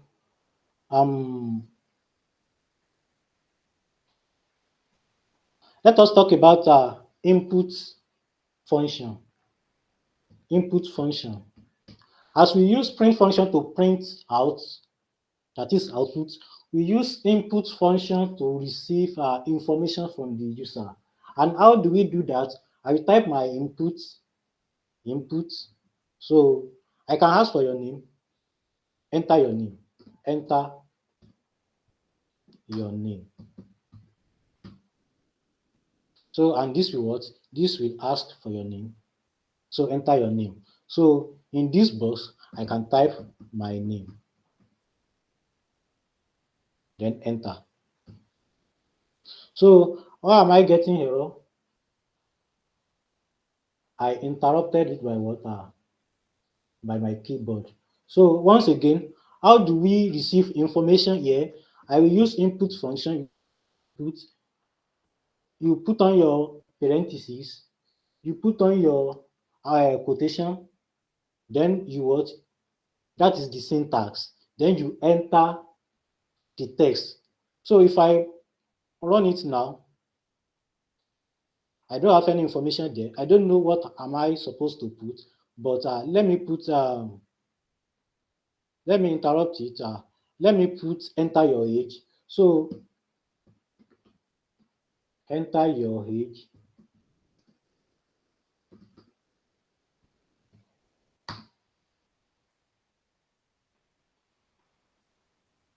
So is that clear?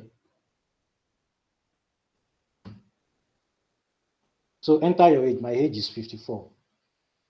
And it is important to know that, okay, anything that you received from input, the data type is string.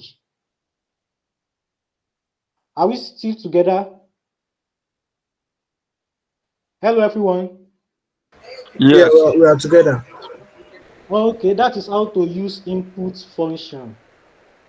Can we enter it in words, in text, in strings?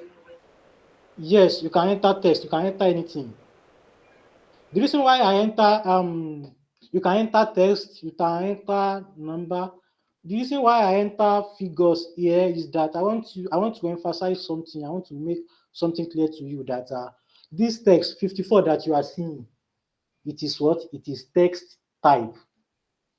Let me assign something to this as my age. As my age. Let me print my age. So if I run it, it will ask for my age. Now I'm 17 years old. So if I press enter, so enter your age, it is 17. Let me now check for what else? The type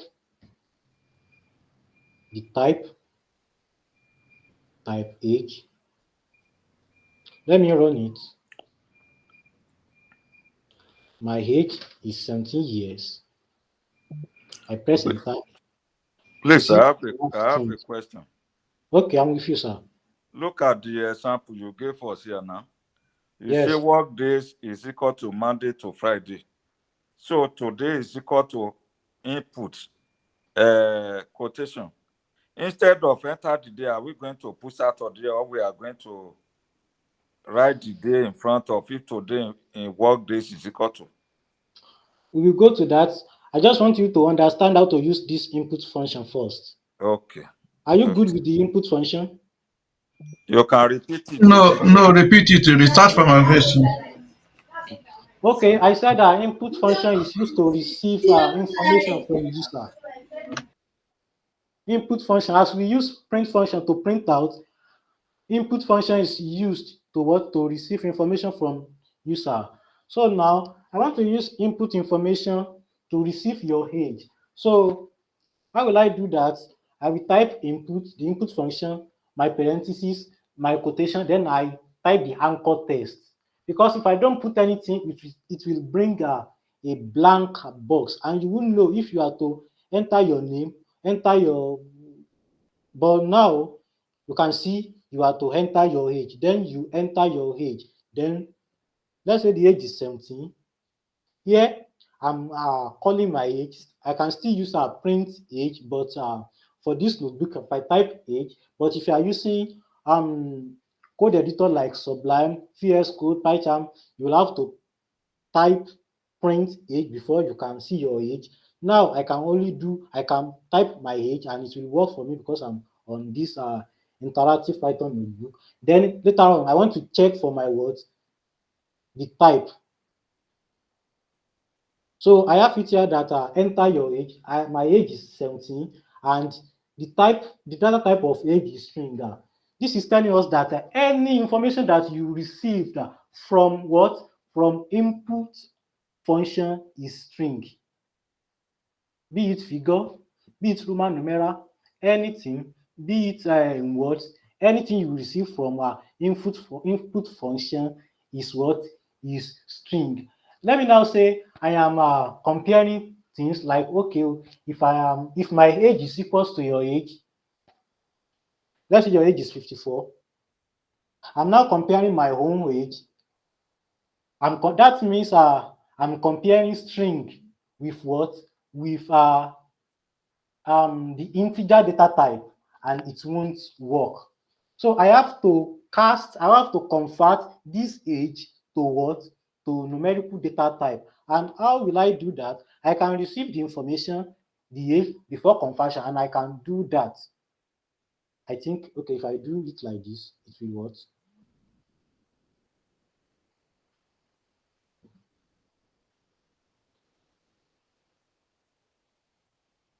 My age is 12 now. I press enter. You can now see I've converted that string to what? Integer. The type is now age. Are we all good to go? Am I the only one on this page?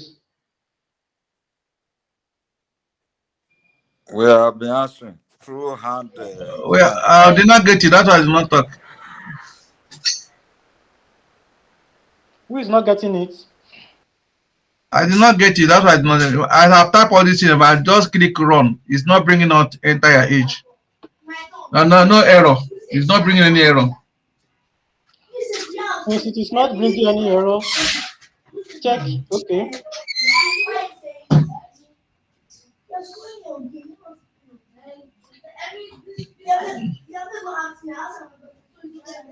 You can see now, I have enter your age. You don't have it on your own. Hello? Who is that person that is not getting it? Please unmute yourself. I don't have it, sir. I don't have that. I have typed that place you are now. Age. You type input. Yes. Bracket.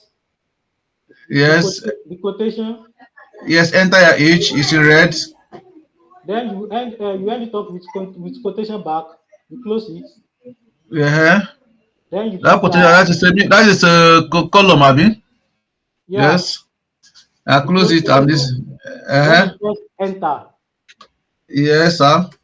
And it doesn't show you this. Is it enter or run? Enter. You just press enter. Or you I run enter it. just.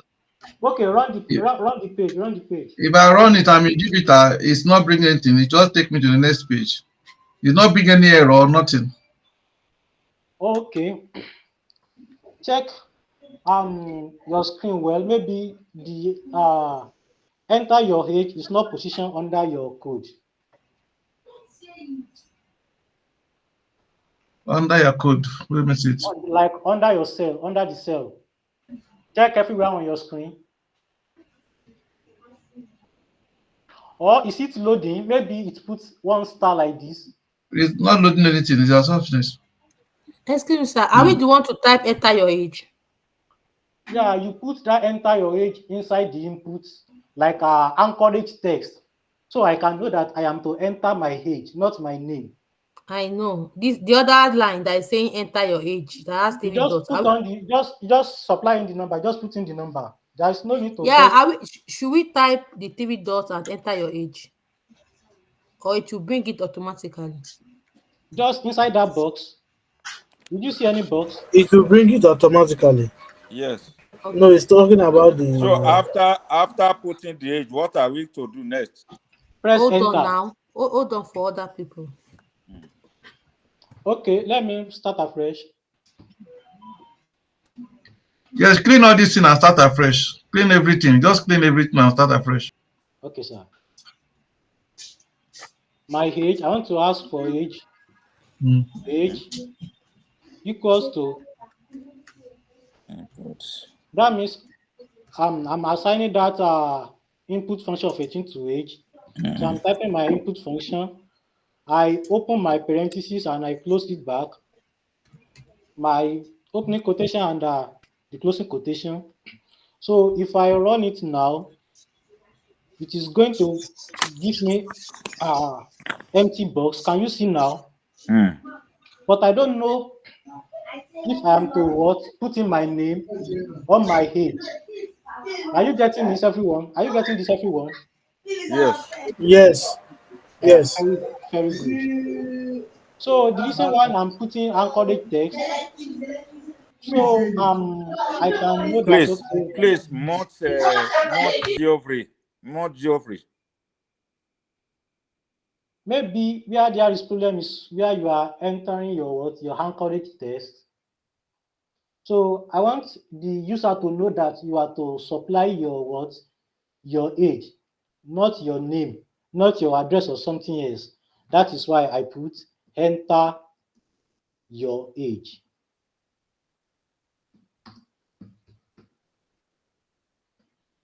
Then I put semicolon. I put just to make it formatted well. So it has already bring, okay, I've not run it yet. If I run it, this is what I have. Enter your age. Then I have 89 as my age. Then I press enter. So I have enter your age, 89. Are we on the same page? Yes. We are on the It's same killer, page. but it is killer, but my this thing is not bringing out those things. Maybe perhaps the place I'm using this Jupyter is not bringing that box or this thing, but everything is clear. There's no Who error, is, nothing. who is using Jupyter notebook should bail me out. It's me. It's me. Any other person using Jupyter notebook should please bail me out. Any other person using Jupyter notebook should please bail me out. Yeah, I don't change. I've downloaded Colab. Google Colab since. So no one is using Jupyter notebook. I don't leave a Gaddafi for there. Okay, Mr. Geoffrey, you can quickly share your screen so that he directs you on how to get it done.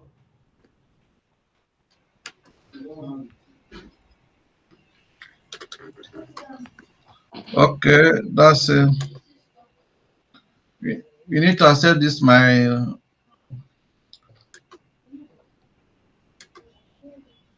Why don't you change to Colab now?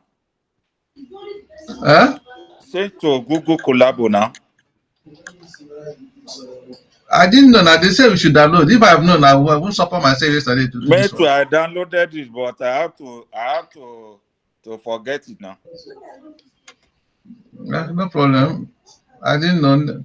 By next week we will continue to use it. Share your Okay, screen. you need Let's to see. Mr. Hakim, you need to accept me. Are you sharing your screen now? I need to accept me. I have to log into the computer that I'm Oh, using. oh, okay. So accept me in. I have. So while we are doing that, let me briefly start explaining this.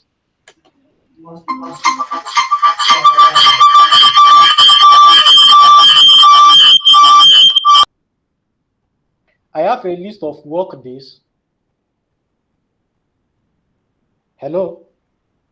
I think if you want to help us before you teach us this one, let us try it. You understand? Yes, sir. So you've gotten it. Let us try it first. It's almost the same thing as this age above. Okay, you want to type it first? Yes. May I want to try it before Please, you please put it hold on. Mr. Jeffrey is sharing his screen now. Okay. So, Mr. Jeffrey, please go to the Jupyter and show us what. I'm there now. Okay. Yes. Should I stop my own screen? No, you don't have to stop. Just Okay, I go can on. see Just now. direct him now. I can see now. Okay. Your age equals to input. Can you move back your, okay, run it now. Click on run.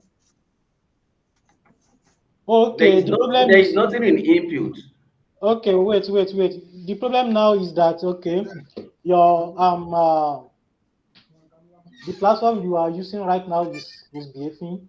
Okay, you see these are in, you see this in, you see this star, that means the this page has not run successfully, and at the same time it doesn't fail, it's still loading. So what you have to do now is to click on this kernel. That is why you're not getting the answer. Click on this kernel. Which is kernel? What is kernel? At this file edit view, insert cell kernel, click on kernel. Okay. Click on it. Okay, click on restart. Okay, click on restart. Click on restart. Okay, you see that star is not there. Yeah, you can run now. Click on run. I put Okay. So that is that about that. So you can enter your anchorage text and do whatever you like with it. So let's continue.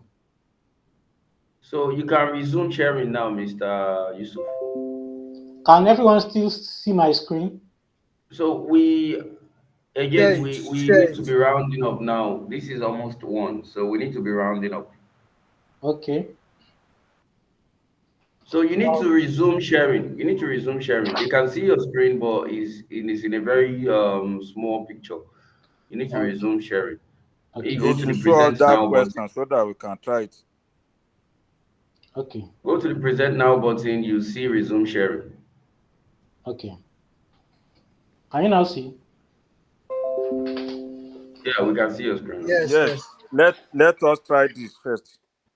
Okay, maybe in order not to jam pack everything, the objective is not to finish this slide today, but the little we've touched, we should understand and practice it properly. So maybe we should stop and after, if I'm able to cover conditional statements or under Python operator, then we do some exercise. So later on, we continue. Hello, Mr. Yusuf. Yes. Mr. Yusuf, this place we are working now, can we save it and still continue there next time? Yes, you can save it. You can come to this file. You can see file here. You know where you are working here on Google Colab. It's not your own platform. It's not on your own system. It is online. Okay. So you have to save it to your own system. You have to click on file and click on click on save.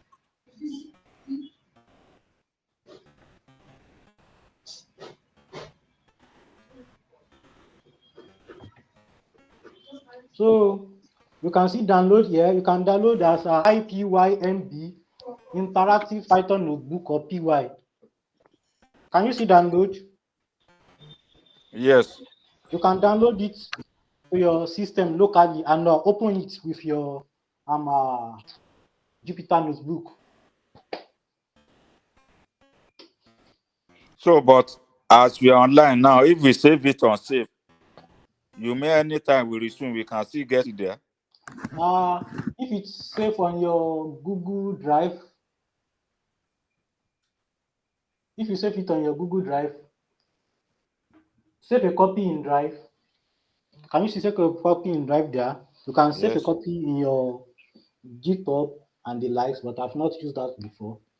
But I just you can download. But the one you click save now, where will that one go to? No, before this download. Yeah, this save. All these Eh, changes you are implementing will be okay. safe. All changes saved, and it is still online. If you So don't when we save want to it, retrieve it, where do we go? Here, if you download save file or your. if you save this file in your Google Drive, you will see it there.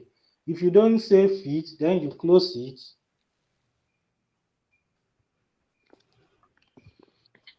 So it is advisable, if you still know you want to use your home page, you can copy it. You can copy it to your what? You can download it. You see, I've downloaded mine. This page I'm using, I've uploaded it to my Google Drive. When my own Anaconda crash, when I want to start the class, I've uploaded it to my Google Drive. So anything I save here is on my Google Drive. Anything I save here is on my Google Drive. Okay.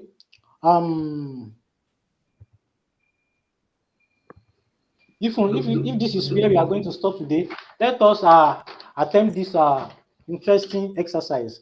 Okay, You know, I have I work thought this. I thought Saturday we close by 2, but Sunday that you want Oh, on Sunday we close by I think I don't even know, maybe 10 or so. Anna, It is not. Anna But is It is not not but that is compulsory. We not the close. number by of It is not hours. compulsory. We close by 2 o'clock. It is okay. about the time topic covered. The time It's given not two by o'clock is hours. to So is. Uh, Okay. it's not by hours. So the most important thing So, is to get this thing. See, so all these things Yes. that I'm doing, that you are getting it. When you are practicing it on your own, you may get frustrated, and so it is not the You don't point. do things because this is another class, not that we should be sleeping there before we get things. Once we do little and we understand. all right. So we should go ahead after take some rest and practice. Please, Uh, let me done do with the this. exercises. Please let me done with this aspect. What are you trying to show them again? Okay. Um, this is a practice exercise, and what is there? You want to write a program that tell us to go to work if it is weekdays. That's what we are trying now. Can we see the question and try? Okay, this is the question. Write a program that tell us to go to work if it is weekday. If Let today is let us week, try this. so That let me explain Please, the code. let's do it. Let's do it after the class. Let's do it as it. Let's take it. Let's take it home as an okay. assignment, and then we bring the solution back tomorrow Yeah, before Okay. class. but please, can I explain to them? Please go ahead. Go ahead Yes. quickly. Okay, I have here my work days, and this is a list.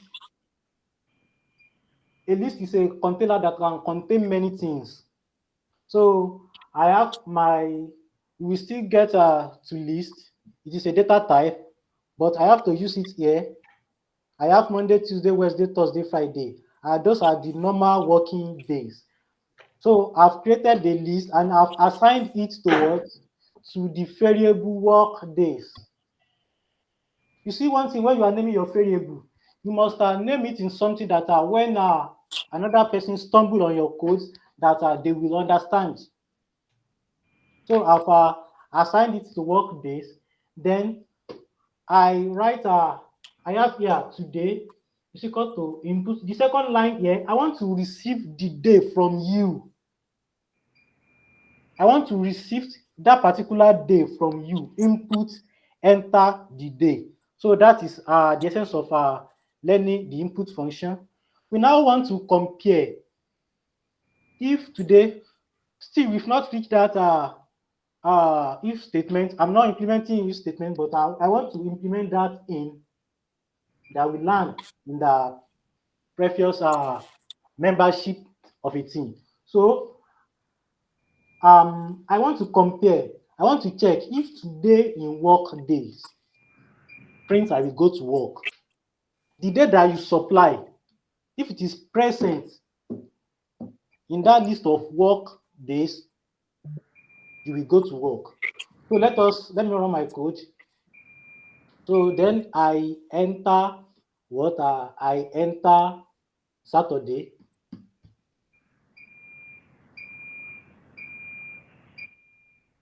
Then I press enter. So nothing happens because today is not what. So let me complete it. Let me make it more sensible. Let me use S.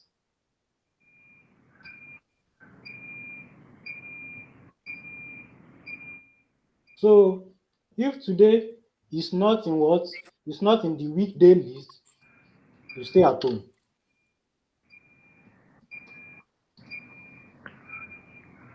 So let me run this. Saturday, enter, stay at home. So let me run it once again. Today is what? Today is Monday. Enter. I will go to work. So, okay. I also want to emphasize this. You see, I said it earlier on that Python is what? Python is a case sensitive. Did I mention sensitive? Case sensitive, not insensitive. If you want to check for your days for today in work days, make sure that you input what I've written inside the list, MON, in small letter. If you've entered the capital letter M followed by small letter, you won't get it right. What am I saying? I've run my code. Let me write capital letter M, 0, alphabet O, M. I'm sorry. So if I run it, it is still at home. This MON is not the same one as that in my list. Hope you understand. Python Yes. is case sensitive. This MON is not the same thing as written it finish as Monday. Hope you understand. So that is that about it. So if you want to declare your own to be maybe Monday in capital letter, everything in capital letter, and you are writing it in full, when you are supplying your today, when you are inputting that day, you must input that thing that it is in. But in normal real application, when programmers are coding this, you know, some people they will enter their own in capital letter. Some people they will enter their own in small letter. So there is still a method that we can use to, if you enter capital letter and all we have is in what? Is in small letter. There is still a method that we can use to convert your input to what? Anything that you enter, either small, either capital, it will convert it to what? A small letter. So you will still get there under string methods. So I think we can call it a day by now. And today we've learned what Python syntax is. We talk about quotation in Python, comments in Python, multiply comment in Python, and we have a practice exercise on that. Also, we talk about indentation in Python, string literals, and next time we talk about different ways that we can use to print. We talk about Python keywords and Python variables. And on Python variables, you want to name your variable because every time you will name variable every time. So when you are declaring your variable, don't start your variable with what? With numbers, not acceptable. You can start with underscore, though your variable name can contain numbers, but not at the very beginning. You can use underscore to start, but not number. But the variable name can contain number, but not that it will start it. You don't use Python keyword as your variable name. Never, you don't use that. Also, you don't use symbol, maybe and ampersand sign, percentage, dollar symbol, naira symbol, at asterisk. You don't use it as your symbol, as your variable name. The only thing that is similar to symbol that you can use is what? Is that underscore. And that underscore, it can be anywhere in your what? In your code. You can start your code and it can be in the middle, no problem. So we also talk about the data types. We have the integer data types, we have the float, we have the complex for numerical numbers, we have string for text, and we can still have our numerical numbers that it will still be in string data type. If you go and write any number now and you put it inside these quotes, if you write numerical numbers and you put it inside quotes, your Python will detect that as your what as your as string for you. And I also said that Python is very nice. It will detect the data type for you once you define your variable. It is not like that, like some other programming language that you will have to declare many things before you can define a variable. We also talk about Python operators. We have the arithmetic operators where you can perform different arithmetic operation, and the only thing that is strange there is that of modulus. Modulus. Modulus is used. Modulus is used to get remainder. When I do 9 divided by 3, I should have 3. But if I use 9 modulo 3, I will have a 0. 9 divided by 3, 3 remainder is 0. So it will capture that is 0 for me. We also have floor division. That is double slash. If I do 10 divided by 3, I should have 10.3333333333. But if I use double slash floor division, it will round everything for me to what? To whole number. I will have just ordinary 3. We also have raised to power, that is a double asterisk, 2 raised to power 4. Here we use double asterisk. We also have an built-in function for that floor division. I think it is round. We still get there. So we also have our assignment operator that we use to assign value to each other. We use to assign something to a variable name. That is our assignment operator. And we have the likes of all these assignment operator. This x is equal to 5. This x is equal to 5. X plus equals to 3. It means this x equals to x plus 3. Whenever you have x plus equals to 3, it means I'm summing that x plus 3 to have, and I'm naming that variable back as x. So if you've learned some other programming languages before, like maybe JavaScript, this won't new to you. I also have my comparison operator to compare two things together, like greater than equal to, greater than equal to, or greater than equal less than. I have my logical operator, that is and, or, and just to check if condition. And I tell you, and is very strict. And is what is very strict. All conditions must be satisfied. But or is a little bit lenient. One of the conditions is satisfied, you are good to go. You are good to go. So I also have identity and membership, whereby I have in. That is what our classwork is based on. So I think by now we can call it a day. And once again, I want to apologize for the little delay at the very beginning of the class. I'm very sorry, sir. So yeah, we are calling it a day. Thank you. All right, thank you, Mr. Yusuf. Thanks for the presentation. Okay, so yeah, any question at this point?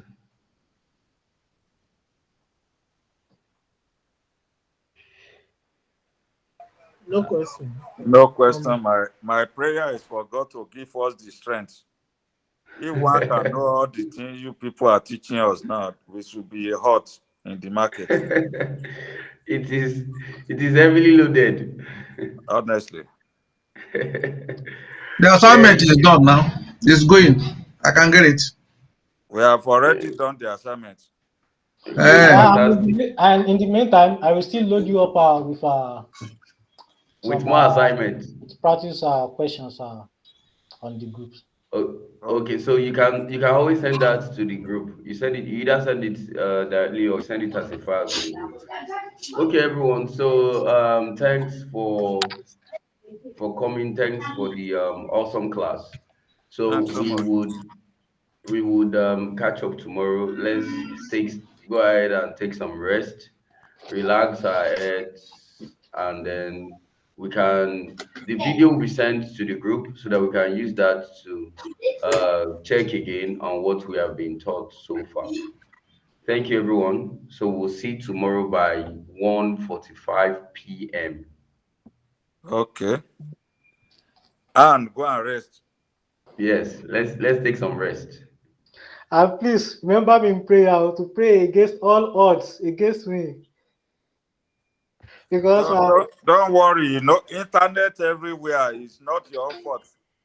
so as I want to start the internet problem comes up as I was about to get it fixed up while I was trying to troubleshoot